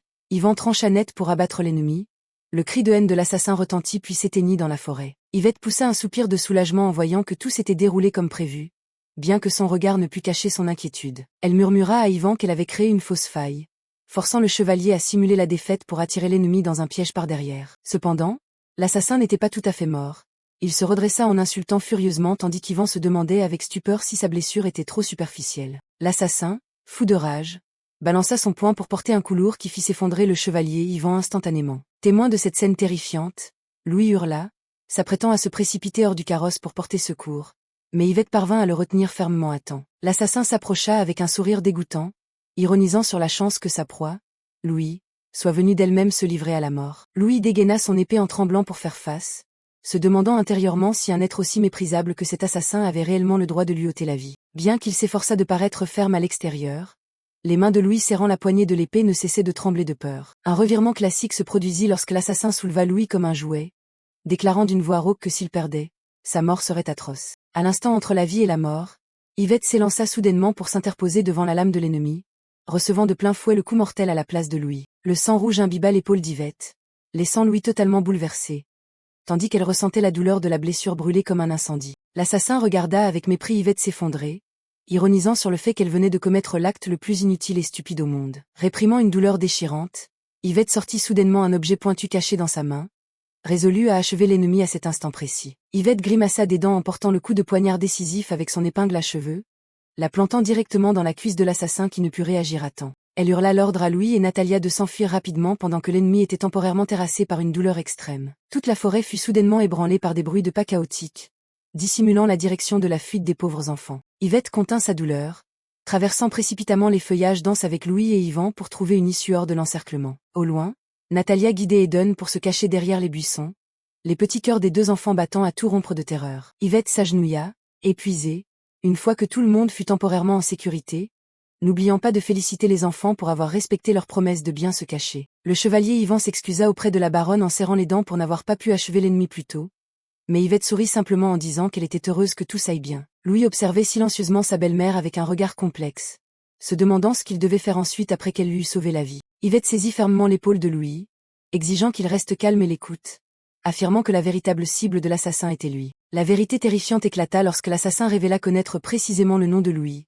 forçant Yvette à prendre une décision audacieuse pour protéger l'unique héritier. Yvette demanda soudainement à Louis de lui prêter son manteau, laissant le jeune maître totalement stupéfait et confus. Elle déclara solennellement qu'elle était excellente cavalière et qu'elle porterait le manteau pour se faire passer pour Louis afin d'attirer l'assassin au loin. Louis, sous le choc, voulut l'en empêcher, mais Yvette cria fort en exigeant qu'il garde le silence et obéisse immédiatement à ses ordres. Son regard brûlait de détermination en affirmant que même si toute la famille la détestait, elle accomplirait son devoir de mère jusqu'au bout. Elle dit d'une voix basse à Natalia d'obéir sagement à son frère, promettant qu'après son retour, elle laisserait la fillette décider de son propre sort. Louis baissa la tête en la remerciant avec émotion, la haine de longue date s'évanouissant soudainement devant le sacrifice héroïque d'Yvette. Yvette caressa doucement la tête de Eden et promit de revenir saine et sauve pour manger avec lui ses friandises préférées. Elle se tourna vers Natalia pour s'excuser de l'avoir effrayée la veille, tout en lui rappelant de toujours rester proche de son frère. Un revirement haletant se produisit quand l'assassin arriva sur les lieux pour ne trouver que des buissons vides, ne comprenant pas où sa proie s'était volatilisée. Yvette ordonna précipitamment à Yvan d'emmener les enfants s'échapper, tandis qu'elle s'élançait seule pour faire diversion auprès de l'ennemi. Yvette retira résolument ses chaussures à talons encombrantes, se préparant pour une fuite entre la vie et la mort au plus profond de la forêt. Elle enfila rapidement le manteau noir de Louis, se disant que cette tenue l'aiderait à réussir sa diversion auprès de l'ennemi. Le bruit des feuilles sèches crissa quand l'assassin la talonna.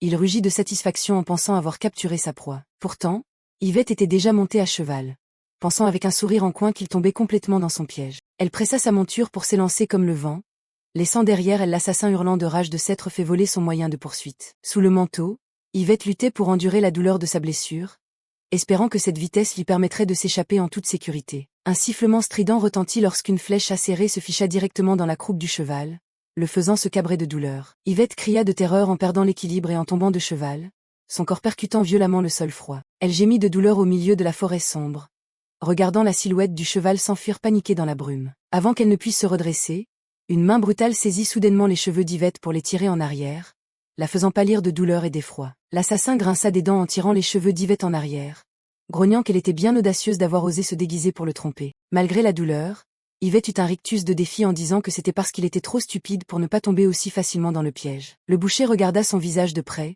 disant avec un rire pervers qu'à bien y regarder, elle était une femme plutôt jolie. Elle trembla, calculant intérieurement comment créer une unique faille pour échapper à la main de la mort qui se resserrait. Soudain, Yvette utilisa toutes ses forces pour planter l'épingle à cheveux dans la cuisse de l'assassin, le faisant hurler de douleur. Elle se redressa pour tenter de s'enfuir, mais le misérable reprit ses esprits à temps et lui porta un coup fatal qui la fit s'effondrer au sol. Fou de rage d'avoir été blessé, l'assassin leva haut son couteau pointu, jurant de l'envoyer en enfer avant de massacrer les enfants. Yvette ferma les yeux, abandonnant tout, pensant que tout était finalement terminé ici. Une aura meurtrière extrême s'abattit soudain du néant, une ombre mystérieuse apparaissant accompagnée d'une question glaciale sur les actes de l'assassin. Un revirement explosa quand Owen apparut telle une divinité, écrasant d'un coup de pied la main du criminel, faisant réaliser à Yvette avec stupeur qu'elle était sauvée de justesse. Le grand-duc Owen apparut soudainement avec un visage brûlant d'une soif de sang qui fit trembler l'assassin de terreur. Yvette leva les yeux vers son mari avec stupeur, n'arrivant pas à croire qu'il soit revenu à temps après avoir appris la nouvelle de l'attaque par Eugène. Elle s'efforça de sourire pour cacher sa blessure,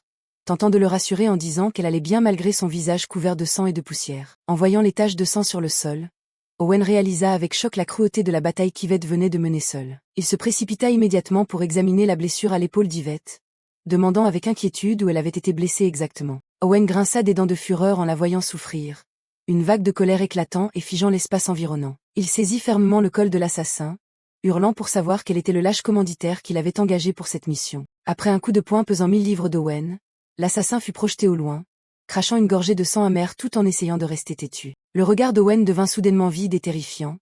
Il s'approcha pour le menacer de si près que le criminel finit par trembler et accepter de révéler la vérité. L'assassin lâcha le nom choc, Madame Wyatt, dévoilant tout le vrai visage de la belle-mère maléfique devant Yvette et Owen. Le mercenaire tremblant avoua l'ordre terrifiant qu'elle lui avait donné de se déguiser en brigand et de tuer le jeune maître Louis. Après quoi tous les torts retomberaient sur la grande-duchesse Yvette, entraînant son exil pour qu'une autre madame puisse s'emparer de l'héritage. En entendant ces aveux, le grand-duc Owen Langford entra dans une rage noire, son aura meurtrière glaciale envahissant toute la forêt. Mais Yvette s'interposa précipitamment, affirmant que s'il tuait l'unique témoin, le véritable cerveau de l'affaire aurait une chance d'échapper au châtiment. À ce moment précis, Louis et Natalia accoururent, paniqués, appelant leur père, brisant l'atmosphère mortelle étendue. Yvette rassura immédiatement Owen en disant qu'elle allait bien, lui conseillant d'aller vers ses enfants car ils étaient terrifiés et avaient besoin de réconfort paternel. Suivant ses paroles, Owen se tourna pour serrer ses deux enfants dans ses bras, tandis qu'Yvette les regardait en silence, soulagée que tous les trois soient sains et saufs. Mais soudain, son esprit se figea,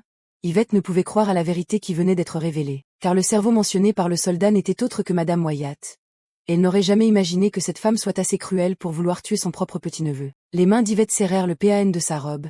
Un complot atroce ourdi par la femme nommée Wyatt venait d'être mis au jour. Après avoir appris la conspiration, Owen et les enfants écoutèrent le plan d'Yvette. La joue blessée, elle se tourna vers le grand-duc et lui proposa de jouer ensemble une petite comédie. Peu après, Owen courut vers le manoir emportant Yvette, ordonnant bruyamment de convoquer un médecin car quelqu'un avait été blessé lors d'une attaque de brigands. Apprenant la nouvelle, Madame Wyatt apparut avec un sourire machiavélique, ravie de croire que son plan avait parfaitement réussi. Elle se précipita sur Yvette, feignant l'inquiétude en demandant ce qu'elle avait fait et si Louis était en sécurité. Cependant, Owen l'arrêta froidement, s'étonnant qu'elle s'inquiète pour Louis alors que le petit garçon était censé être celui qui avait été attaqué. Wyatt fut stupéfaite quand Owen dit qu'ils avaient bien été attaqués, mais que c'était Yvette qui était blessée. Elle pâlit, balbutiant qu'elle avait mal compris les paroles des domestiques, tandis qu'Owen racontait comment Yvette s'était sacrifiée pour protéger Louis. Et puis, il porta le coup de grâce, affirmant qu'Yvette avait protégé Louis, contre le mercenaire même qu'elle avait engagé. Elle tenta désespérément de nier, mais Owen déclara fermement que feindre l'innocence était inutile car il avait tout entendu de la bouche du soldat.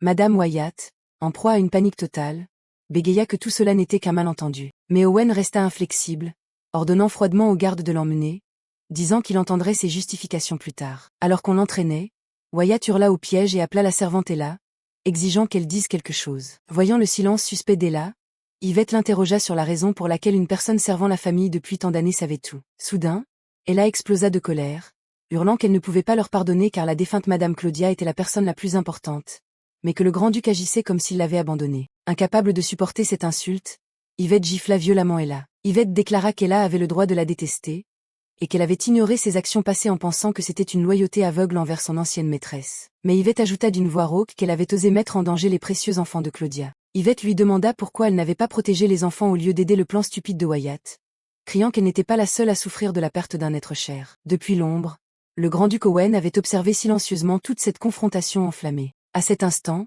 les trois enfants sortirent et furent stupéfaits de découvrir toute la vérité. Éveillée par les paroles d'Yvette, Ella s'effondra de désespoir, se tenant la tête et hurlant ce qu'elle avait bien pu faire. Owen avoua lentement qu'il n'avait pas passé un seul jour sans penser à Claudia, mais que c'était sa faute s'il avait fui sa mort et n'avait pu faire face à personne. En entendant ces aveux douloureux de leur père, Louis et Natalia furent profondément émus. Owen se tourna vers ses enfants, le regard triste, demandant s'ils pouvaient pardonner à ce père pathétique, car ils étaient désormais tout ce qui lui restait. Sans aucune hésitation, Natalia et Eden se précipitèrent pour enlacer leur père dans un sanglot étouffé. Après la réconciliation familiale, elle s'inclina pour rapporter qu'elle avait gardé toutes les correspondances entre Madame Wyatt et le soldat, et qu'elle était prête à subir toute punition. Elle se tourna vers Yvette, s'inclinant profondément pour la remercier d'avoir protégé les jeunes maîtres et s'excusant sincèrement pour son insolence passée. Alors que les coupables étaient emmenés, le grand-duc Owen tenait ses enfants dans ses bras, tandis qu'Yvette se tenait silencieusement à leur côté, formant une image de famille complète. En les regardant s'éloigner, Yvette soupira secrètement de soulagement,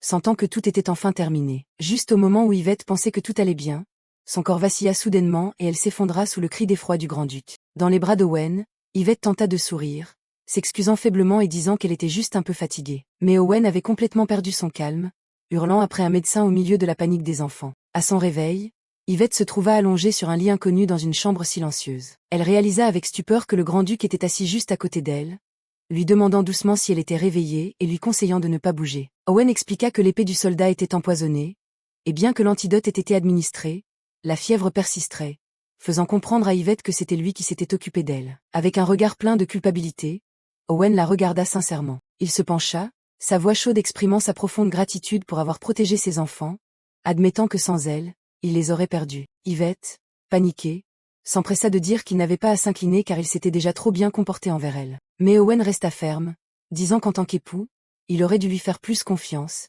puis fit une proposition choc.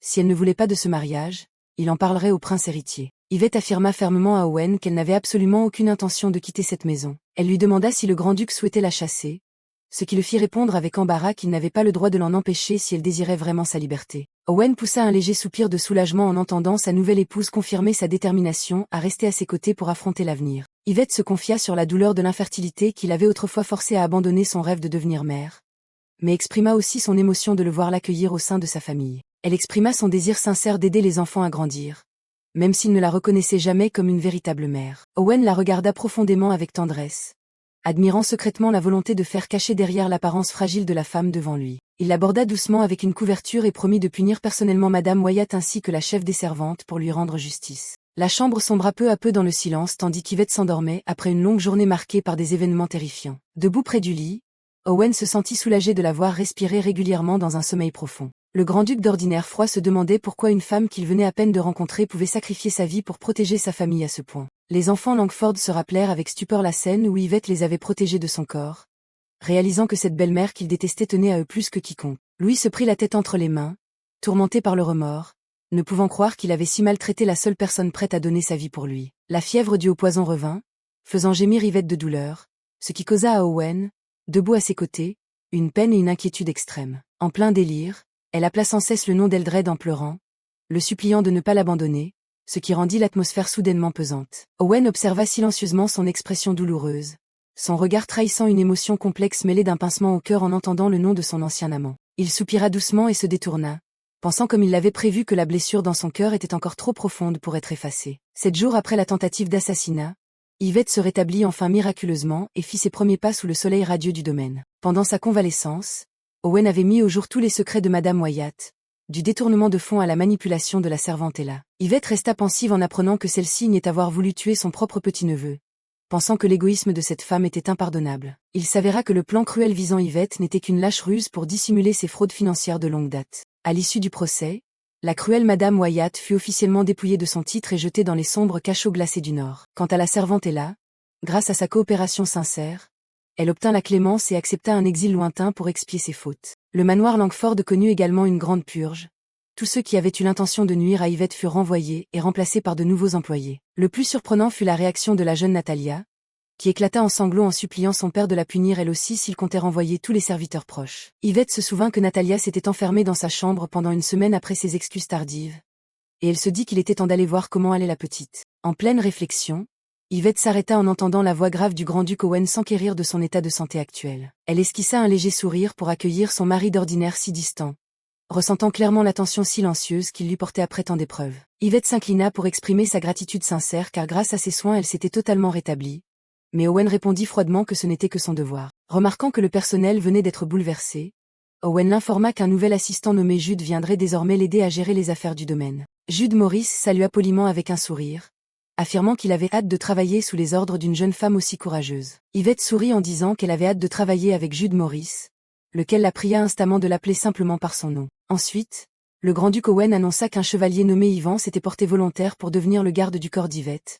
ce qui la fit s'exclamer de surprise. Le chevalier Ivan Nicole sourit avec enthousiasme, affirmant qu'il voulait dévouer sa vie entière pour rembourser sa dette envers Yvette qui lui avait sauvé la vie. Yvette exprima sa joie de le voir rétabli et sa hâte de collaborer, tandis qu'Ivan s'inclina profondément avec une gratitude infinie. Owen recommanda à Yvette de discuter du reste avec Jude et de l'appeler en cas de problème, ce qu'elle accepta d'un signe de tête. Voyant qu'Yvette s'inquiétait toujours pour Owen, Jude la rassura en disant que le grand-duc était capable de se battre 3 jours et 3 nuits sans dormir. Yvette remercia Jude avec un sourire pour son conseil de ne pas se surmener. À table, Yvette vit Natalia lire un livre d'un air épuisé, la petite se plaignant d'avoir de la fièvre à force de lire des ouvrages difficiles. Elle fut immédiatement taquinée par Louis qui lui rappela qu'elle n'étudiait jamais sérieusement d'habitude, ce qui agaça Natalia, mais Yvette pensa que la petite avait fait beaucoup d'efforts durant sa punition. Natalia continua de se plaindre qu'elle n'avait pas d'autre choix et qu'elle n'avait même plus de précepteur, avant de poser soudainement une question avec un regard plein d'espoir. Yvette s'interrogea sur la question du précepteur de Natalia et apprit par Jude que tout avait été suspendu depuis la mort de Madame Claudia. Se sentant coupable,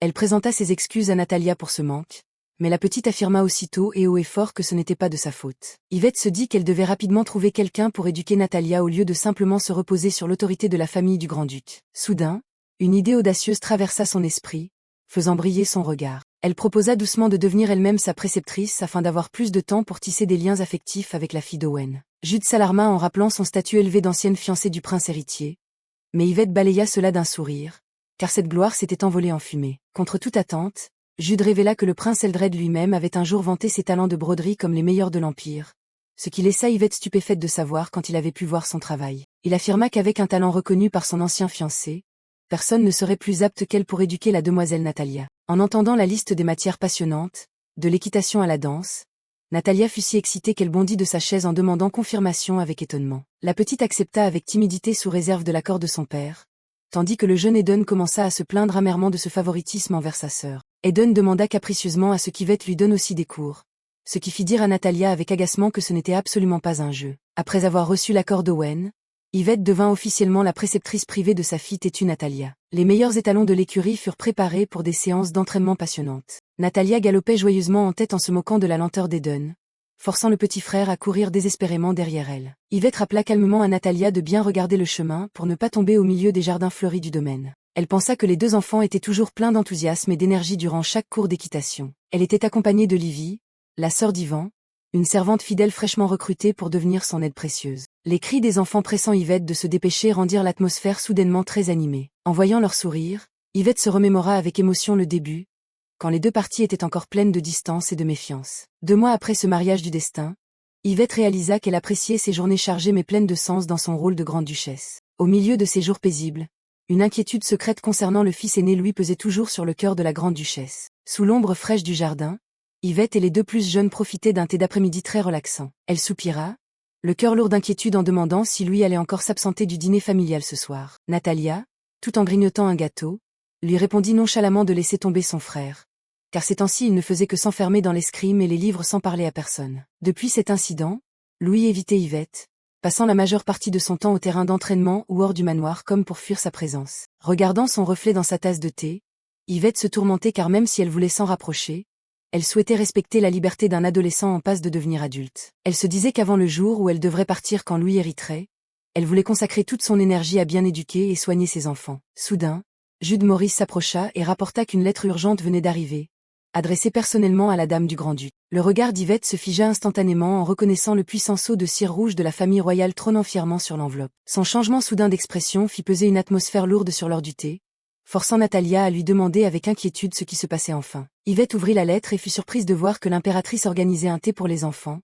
Elle se dit qu'elle devait d'abord demander la permission à Owen. Jude proposa d'en informer le grand-duc à sa place, et reçut l'accord confiant de la part de la dame. Voyant Natalia lui saisir soudainement la main avec un regard plein d'espoir, Yvette se demanda si la petite fille voulait vraiment participer à cette fête à ce point. Elle demanda doucement à Natalia si elle voulait l'accompagner si Owen le permettait, ce qui fit s'exclamer la petite de surprise, incapable de cacher son excitation. Mais Natalia se figea soudainement, mélancolique, en évoquant sa robe, ce qui poussa Yvette à l'interroger avec inquiétude. La petite raconta tristement la promesse de sa défunte mère de lui acheter une robe quand elle irait mieux, faisant planer une ombre sur l'heure du thé. Voyant l'air peiné de sa belle-fille, Yvette appela doucement Natalia comme pour apaiser cette perte immense. Elle prit tendrement la main de Natalia et proposa qu'elles aillent choisir ensemble une nouvelle robe pour la fête à venir. Yvette demanda même avec tact à Natalia de l'aider à choisir sa propre robe, ce qui fit se détourner la petite, intimidée, répondant tout bas que cela ne la dérangeait pas. Yvette sourit en la remerciant, se promettant que même si elle ne remplaçait pas Madame Claudia, elle voulait accomplir ses vœux inachevés pour les enfants.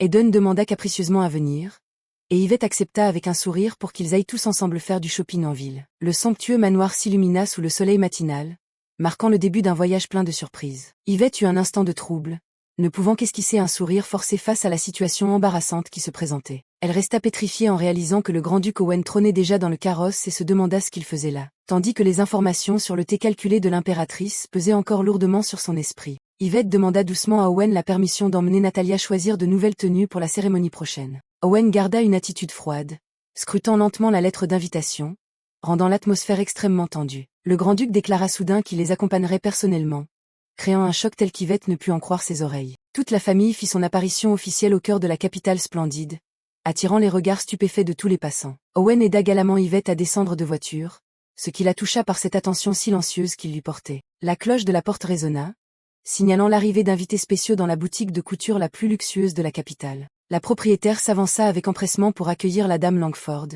mais ses salutations se coupèrent net au milieu. Elle reconnut avec effroi le grand-duc Owen, le dieu de la guerre au sang-froid, escortant de manière impensable sa femme et ses enfants faire des emplettes. Yvette annonça calmement qu'elle souhaitait faire confectionner les plus belles robes pour elle et Natalia en vue de la fête imminente. Pendant que Natalia était emmenée pour prendre ses mesures, les étoffes les plus rares et magnifiques furent déployées devant la famille ducale. Craignant qu'Owen et son fils ne s'ennuient, Yvette suggéra qu'ils aillent se promener, mais tous deux affirmèrent apprécier cet instant. Natalia annonça joyeusement qu'elle avait fini et pressa Yvette de se préparer pour que ce soit au tour de la dame de prendre ses mesures. Devant le miroir, Yvette sourit avec impatience, convaincue qu'avec sa beauté naturelle, Natalia brillerait peu importe la couleur choisie. Ayant terminé sa part, Yvette demanda doucement si la petite fille avait trouvé le tissu qui lui plaisait. Natalia serra avec assurance un coupon de tissu bleu foncé et déclara fermement que c'était la couleur qu'elle voulait porter pour accompagner sa belle-mère au thé. Yvette réalisa que le tissu choisi par Natalia était exactement de la même couleur que ses propres yeux. Elle suggéra doucement si la petite ne préférait pas une teinte plus vive.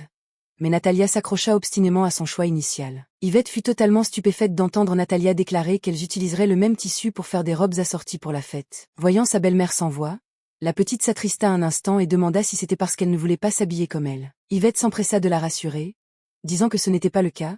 Elle se demandait simplement si Natalia était vraiment d'accord pour porter la même tenue qu'une personne comme elle. Natalia répondit franchement que si elle n'avait pas aimé, elle n'aurait pas choisi ce tissu, affirmant la sincérité de sa décision. Le cœur d'Yvette fondit, elle enlaça Natalia et exprima sa gratitude pour ce bonheur inattendu. Elle dit avec enthousiasme à Livy que c'était peut-être la première fois qu'elle était aussi heureuse, malgré Natalia qui, gênée, lui disait qu'elle exagérait. Observant de loin, Owen commenta doucement que la robe irait sûrement très bien aux enfants, réchauffant le cœur de tout son entourage. Mais le grand-duc se détourna soudain en rougissant, rectifiant tout bas qu'il voulait dire que cette robe serait aussi extrêmement belle portée par Yvette. Yvette rougit d'embarras, se reprochant intérieurement d'avoir trop vite fantasmé sur le sens réel du compliment du grand-duc. Pendant ce temps, la propriétaire confirma respectueusement la commande et s'engagea à livrer les tenues les plus somptueuses au manoir à temps. Elle resta près de la porte, s'inclinant pour prendre congé de la famille ducale avec un respect mêlé de crainte devant Laura d'Owen. Marchant sous le soleil, Yvette tenta de calmer son cœur qui battait la chamade en suggérant de se rendre dans une pâtisserie célèbre récemment ouverte. Elle demanda doucement à Eden s'il voulait acheter un souvenir pour son frère Louis,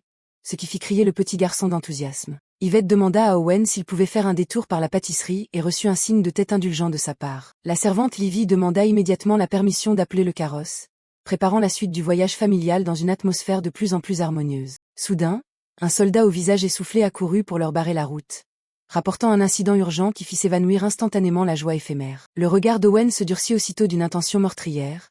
Il écouta le rapport en silence avec un visage sévère qui sembla glacer l'air ambiant. Après de brèves excuses, il lui recommanda d'être prudente et promit de revenir vite, laissant Yvette regarder son dos avec le pressentiment qu'une tempête allait commencer. Yvette était secrètement reconnaissante qu'Owen ait mis de côté son travail chargé pour passer du temps en famille, mais l'inquiétude pour sa fatigue ne la quittait pas. Soudain, des murmures de nobles aux alentours parvinrent à ses oreilles. Il la pointait du doigt en reconnaissant la fille du tristement célèbre Marquis Clive. Des paroles malveillantes fusèrent, disant qu'elle était une sans-gêne qui, à peine son fiancé perdu, s'était empressée de s'agripper au grand-duc pour fuir le châtiment royal. Natalia et le chevalier Ivan à ses côtés bouillonnaient de rage, incapable de rester calme en entendant ces insultes flagrantes visant Yvette. Yvette réalisa avec effroi qu'elle avait été trop imprudente en oubliant sa position délicate. Elle voulut partir vite avant que la méchanceté de la foule ne touche l'âme des enfants. Pourtant, Eden lui saisit soudain la main et demanda naïvement si tout le monde regardait parce qu'Yvette était trop belle. Cette question innocente la laissa sans voix. Son cœur qui se serrait d'humiliation fut soudainement apaisé par la protection inconditionnelle du petit garçon. Le chevalier Yvan rit doucement de la malice du jeune maître, pressant rapidement le groupe de marcher pour laisser derrière eux ces bruits impurs. Yvette remercia tendrement Eden pour ce précieux réconfort, tandis que le petit restait ignorant du fait qu'il venait d'être le bouclier moral de sa belle-mère. Au moment où la servante Livy revint, Yvette décida qu'ils iraient tous acheter de délicieux gâteaux dès qu'Owen reviendrait de son travail. Le jour du thé arriva enfin. Yvette apparut resplendissante dans sa robe noble d'un bleu profond. Elle attendait dans le grand hall et s'excusa doucement d'avoir fait attendre tout le monde si longtemps. Natalia sortit dans sa magnifique robe assortie, demandant timidement à son père et à sa belle-mère comment elle était. Yvette ne tarit pas d'éloges sur la beauté de sa fille, ce qui força Owen à admettre avec embarras que cette robe lui allait aussi très bien. Owen annonça qu'il était lui-même convoqué par le prince héritier et qu'il escorterait donc personnellement la famille sur le lieu de la réception. Le palais impérial se dressa majestueusement sous un ciel d'un bleu pur, lieu où allaient se jouer des affrontements politiques souterrains intenses. Yvette serra les mains, ressentant la pression car c'était sa première mission officielle en tant que grande-duchesse devant l'impératrice. Remarquant cette tension, Natalia serra fort la main de sa belle-mère et demanda en tremblant ce qui se passerait si elle commettait une erreur devant la souveraine. Yvette sourit doucement pour rassurer Natalia en lui disant d'avoir confiance, car elle s'était entraînée très sérieusement tout ce temps. Elle était convaincue qu'avec les manières ancrées dans leur esprit, elle ne se laisserait éclipser par aucune autre dame. Owen rassura sa femme et ses enfants de ne pas trop se mettre la pression car ce n'était qu'une réunion de famille,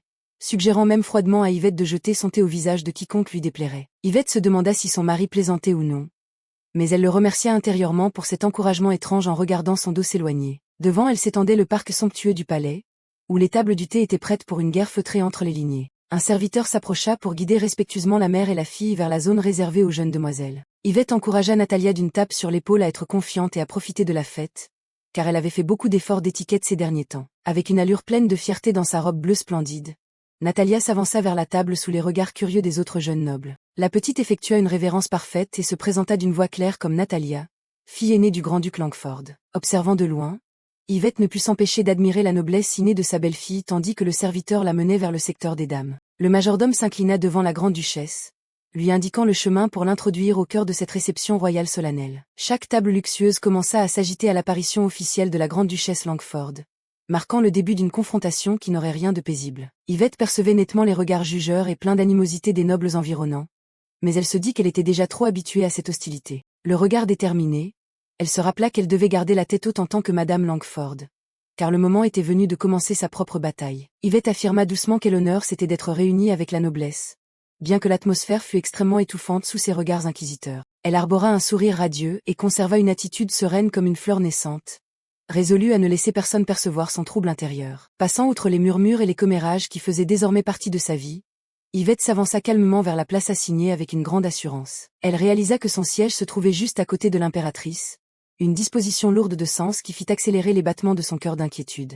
Soudain, Natalia s'exclama avec enthousiasme pour annoncer l'apparition de la femme la plus puissante de l'Empire, forçant toutes les dames à se retourner instantanément. L'impératrice apparut pleine d'élégance sous son ombrelle, saluant tout le monde d'un léger signe de tête avec l'aisance de la souveraine du harem. Elle afficha un sourire bienveillant et adressa ses remerciements aux personnes présentes, tout en invitant chacun à profiter du thé à sa guise. La scène du thé se révélait d'un luxe absolu, là où les intrigues politiques commençaient à se cacher derrière des sourires polis et des tasses fumantes. L'impératrice Daria déclara avec un léger rictus qu'elle n'aurait jamais imaginé qu'Yvette puisse devenir un membre des Langford et qu'elle venait tout juste d'apprendre ce mariage. Yvette s'empressa de s'incliner pour s'excuser de cette annonce tardive, expliquant qu'elle avait dû faire face à trop d'événements brusques et consécutifs. Elle réalisa intérieurement que l'impératrice était la sœur du précédent grand-duc et la tante d'Owen, prouvant que sa déclaration d'aller voir sa famille n'était pas une plaisanterie. L'impératrice Daria changea de sujet pour évoquer Madame Wyatt, soupirant avec une feinte sympathie pour les épreuves qu'Yvette avait dû endurer ces derniers temps. Elle exprima un dégoût profond face à l'acte d'une grand-mère de sang capable de comploter de sang-froid l'assassinat de son propre petit-fils. Yvette s'inclina pour exprimer sa gratitude sincère envers le soutien de la famille royale qui permit au procès de se dérouler rapidement, garantissant la sécurité des enfants. L'impératrice but son thé nonchalamment et affirma que tout cela était grâce au prince héritier Gilbert, qui remplaçait l'empereur dans les affaires d'État pour qu'elle puisse soigner son époux. L'atmosphère se glaça soudain lorsqu'elle mentionna Eldred, disant que s'il était encore là, les choses la rendraient certainement beaucoup plus sereine. Voyant Yvette silencieuse, l'impératrice feignit le regret d'avoir réveillé la douleur, mais son regard trahissait une scrutation pleine d'intentions cachées. Elle conclut par une ironie amère. Si Eldred était revenu sain et sauf, Yvette serait sa femme.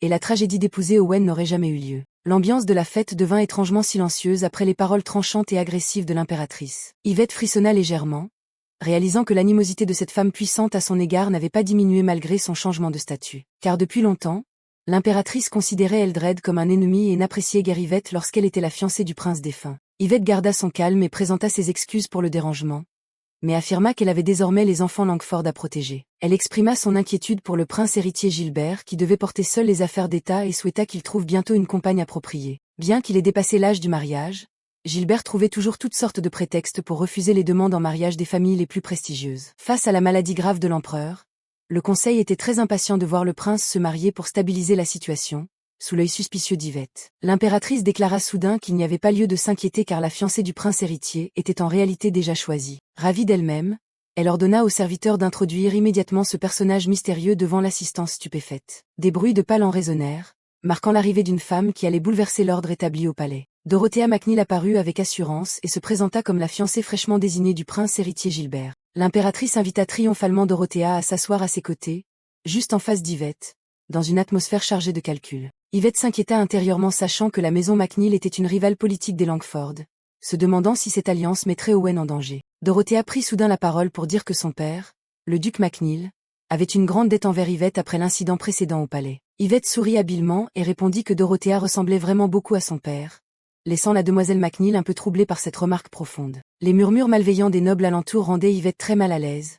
Elle souhaitait seulement qu'il se concentre sur Dorothea plutôt que de l'épier. Soudain, Yvette se figea en entendant des éclats de voix provenant de la table des enfants. Elle regarda avec horreur et vit Natalia debout, affrontant avec tension une autre jeune demoiselle. En un instant, une tasse de thé chaud fut projetée directement au visage de Natalia sous les yeux de tout le monde. Yvette se leva brusquement, horrifiée, incapable de garder son calme en voyant sa fille ainsi humiliée brutalement en plein thé royal. Yvette se leva d'un bond et s'excusa bruyamment, brisant l'étiquette du thé pour se précipiter vers la table des enfants en plein chaos. Elle courut à perdre haleine sous la stupeur des dames, appelant sans cesse Natalia avec une anxiété extrême. Natalia restait pétrifiée au milieu du cercle, le thé chaud trempant ses cheveux et sa précieuse robe assortie, lui donnant un air misérable. Yvette lui prit paniqué le visage pour vérifier les brûlures, mais Natalia hurla en exigeant que la coupable présente immédiatement ses excuses à sa belle-mère. La demoiselle qui venait de provoquer l'incident restait tremblante, la tasse vide à la main, le visage pâle comme si elle affrontait un cauchemar terrifiant. Yvette tenta de la consoler, conseillant à Natalia de se calmer car elle craignait qu'elle ne prenne froid si elle restait dans cette robe trempée. Elle réalisa que cette enfant orgueilleuse explosait de rage non pas pour son humiliation personnelle,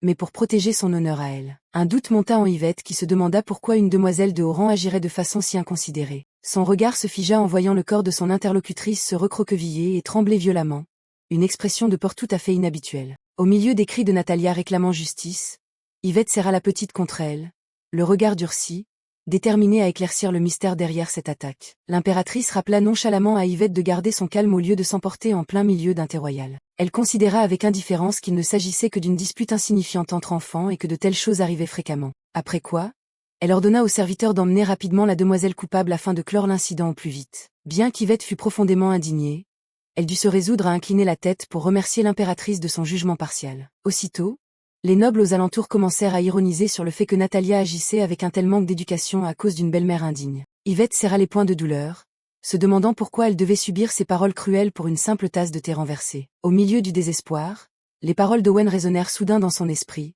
affirmant qu'elle était une Langford et qu'elle n'avait à s'abaisser devant personne. Le regard d'Yvette changea instantanément. Elle releva la tête avec une aura totalement différente pour affronter la malveillance de la foule. Elle fixa intensément la dame qui venait de parler et demanda d'une voix ferme pourquoi elle osait affirmer que tous les torts revenaient à Natalia. Yvette déclara avec force qu'en tant que grande duchesse, elle ne se soucierait jamais du regard des autres pour protéger l'honneur de son enfant. D'autres dames commencèrent à murmurer que Natalia avait sûrement dit quelque chose de provocateur pour être traitée de la sorte. Yvette resta de marbre, comprenant que ces gens cherchaient n'importe quel prétexte pour piétiner son honneur et celui de ses enfants. Incapable de tolérer davantage, elle fit un pas en avant et exigea que cette dame retire immédiatement ses propos malveillants envers Natalia. Yvette affirma avec autorité que sa fille ne prononcerait jamais de paroles blessantes sans une raison valable. Alors que la tension montait, l'apparition soudaine de leurs puissants époux renversa complètement la situation. Le prince héritier Gilbert et le grand-duc Owen s'avancèrent dans le jardin, imposant un silence immédiat à tous les murmures. Gilbert conservait son sourire artificiel en saluant l'impératrice, tandis que les dames s'empressaient de s'incliner devant l'autorité royale. À ses côtés, le visage d'Owen s'assombrit de manière terrifiante,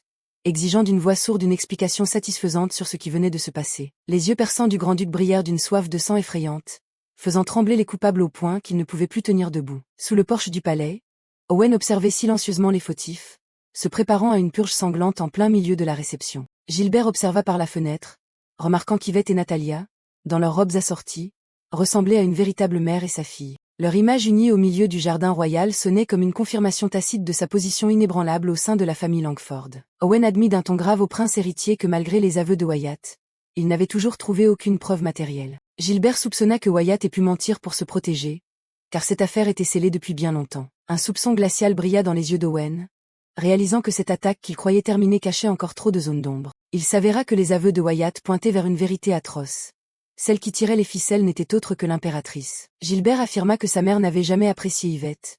Il n'était donc pas surprenant qu'elle continue de comploter contre elle. Owen marcha en silence avec un air sévère, se jurant de rester extrêmement vigilant pour protéger son épouse désormais. Il se demanda si Yvette était réellement la cible finale, alors que le second prince était décédé et que la maison Cleave avait été bannie. Owen ne comprenait pas pourquoi l'impératrice s'acharnait à vouloir détruire Yvette, alors qu'elle était devenue un pion pour Gilbert afin de contenir les autres forces. Owen déduisit que si l'impératrice voulait vraiment abattre Yvette, elle s'en prendrait directement à elle plutôt que de nuire au jeune maître Louis. Il réalisa avec amertume que l'attaque était en fait un avertissement cruel que cette femme puissante lui adressait directement. Au milieu des ténèbres des complots environnants, le prince héritier Gilbert affirma qu'Owen était la seule personne en qui il pouvait avoir confiance en ce moment. Gilbert esquissa un sourire mystérieux et insista de nouveau sur sa confiance absolue envers le grand-duc qui portait la responsabilité de protéger le clan. Cependant, le prince ne cacha pas son inquiétude concernant sa mère et fit signe à Owen de prêter attention à la demoiselle assise à ses côtés. Il s'agissait de Dorothea, la fille du duc McNeil, fraîchement désignée comme la candidate favorite pour le titre de princesse héritière. Le nom de McNeil rappela immédiatement à Owen les vifs conflits politiques, craignant que cette alliance ne signifie la fin de la paix. Il se tourna vers Gilbert avec un regard froid, évaluant les véritables intentions du prince derrière ses propositions de coopération. Voyant Owen agité, Gilbert se moqua doucement en lui demandant s'il s'inquiétait trop pour sa nouvelle femme, ce que le grand-duc nia avec embarras. La conversation prit fin lorsqu'ils décidèrent de se rendre au jardin pour vérifier la situation et présenter officiellement la nouvelle fiancée à Yvette. La présence de l'impératrice semblait vouloir utiliser son autorité pour éteindre le feu de la colère qui brûlait dans le cœur du grand-duc. Pourtant, Owen garda un visage de marbre, exigeant fermement une explication claire sur la scène humiliante qui venait de se produire. L'impératrice demanda habilement à Owen de se calmer et prétexta que ce tumulte n'était qu'un petit malentendu entre enfants. Owen bouillonnait intérieurement, incapable d'accepter qu'un groupe d'adultes s'unissent pour harceler un enfant en appelant cela un simple malentendu. Les dames commencèrent à paniquer, niant en bloc avoir blâmé Natalia, tandis qu'Yvette méprisait intérieurement leur indifférence passée. Elle ne cessait de supplier la grande-duchesse de passer l'éponge sur ce qu'elle s'obstinait à appeler un incident involontaire. Yvette répondit avec fermeté qu'elle n'avait plus la patience d'écouter leurs excuses mensongères. Elle prit congé de l'impératrice pour aller retrouver sa fille, affirmant que la sécurité de Natalia était sa seule priorité en cet instant. Le prince héritier Gilbert ordonna immédiatement qu'on guide Owen et Yvette, tentant de sauver la situation avant que le grand-duc ne perde vraiment patience. Owen prit la main d'Yvette pour quitter ce lieu truffé de pièges, clôturant officiellement le thé par la plus solide des protections à son égard. Owen entraîna Yvette, lui recommandant de ne pas se mettre la pression car ce n'était qu'une réunion de famille. Il lui rappela même froidement que si quelqu'un lui déplaisait, elle n'avait qu'à lui jeter son thé au visage sans se soucier des conséquences. Yvette parut troublée, pensant que même si elle ignorait s'il plaisantait, c'était là la manière bien particulière d'Owen de l'encourager. Puis le grand-duc s'éloigna à grands pas pour reprendre son travail, laissant Yvette rêveuse devant la silhouette robuste de son époux. L'espace impérial retrouva son calme artificiel, dissimulant les tempêtes qui venaient de traverser la réception après le tumulte. Owen marcha lentement aux côtés d'Yvette, exprimant d'une voix grave sa gratitude pour son courage à avoir protégé l'honneur de Natalia. Yvette soupira de regret de n'avoir pu régler la situation plus paisiblement, mais Owen se contenta de mentionner à nouveau sa tactique du thé. Voyant l'air sérieux de sa femme,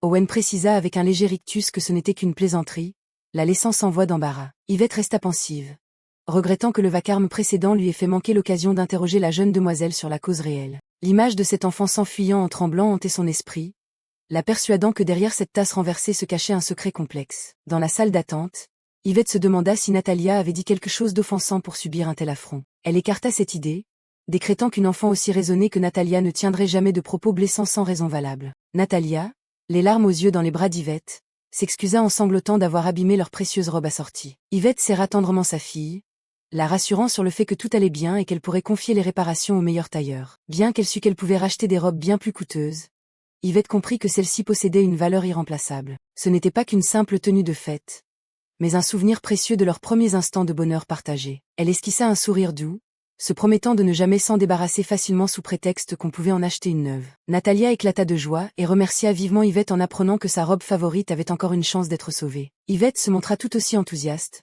proposant qu'elles traitent ensemble la tâche avant d'envoyer la robe à la talentueuse couturière. Les deux discutèrent de la manière de nettoyer le thé, leur rire dissipant l'atmosphère tendue qui avait enveloppé le jardin impérial. La servante Livy attendait au loin, souriant mystérieusement en voyant Yvette soigner méticuleusement la tâche sur la robe de la demoiselle. Yvette essuya les gouttes de thé sur la dentelle, disant doucement à Natalia qu'elle comprenait parfaitement l'humiliation d'être ainsi aspergée. En un instant, la douleur du passé refit surface et Yvette s'excusa sincèrement de ne pas avoir pu la protéger des regards juges de tout à l'heure. Elle admit avec émotion que se sentir calomniée devant la foule provoquait un sentiment de solitude et de peur absolument terrible. Pour cette raison, Yvette affirma avec fermeté qu'elle ne voudrait jamais laisser Natalia vivre une solitude aussi effrayante. Son indignation s'enflamma de nouveau en repensant à ce groupe d'adultes s'acharnant cruellement sur une enfant incapable de se défendre. Yvette durcit son visage, soulignant que juger sans preuve une enfant en état de panique était un acte totalement inacceptable. Voyant la colère de sa belle-mère, Natalia lui toucha doucement la main et l'appela par son nom pour apaiser la tension ambiante. Le cœur d'Yvette manqua un battement,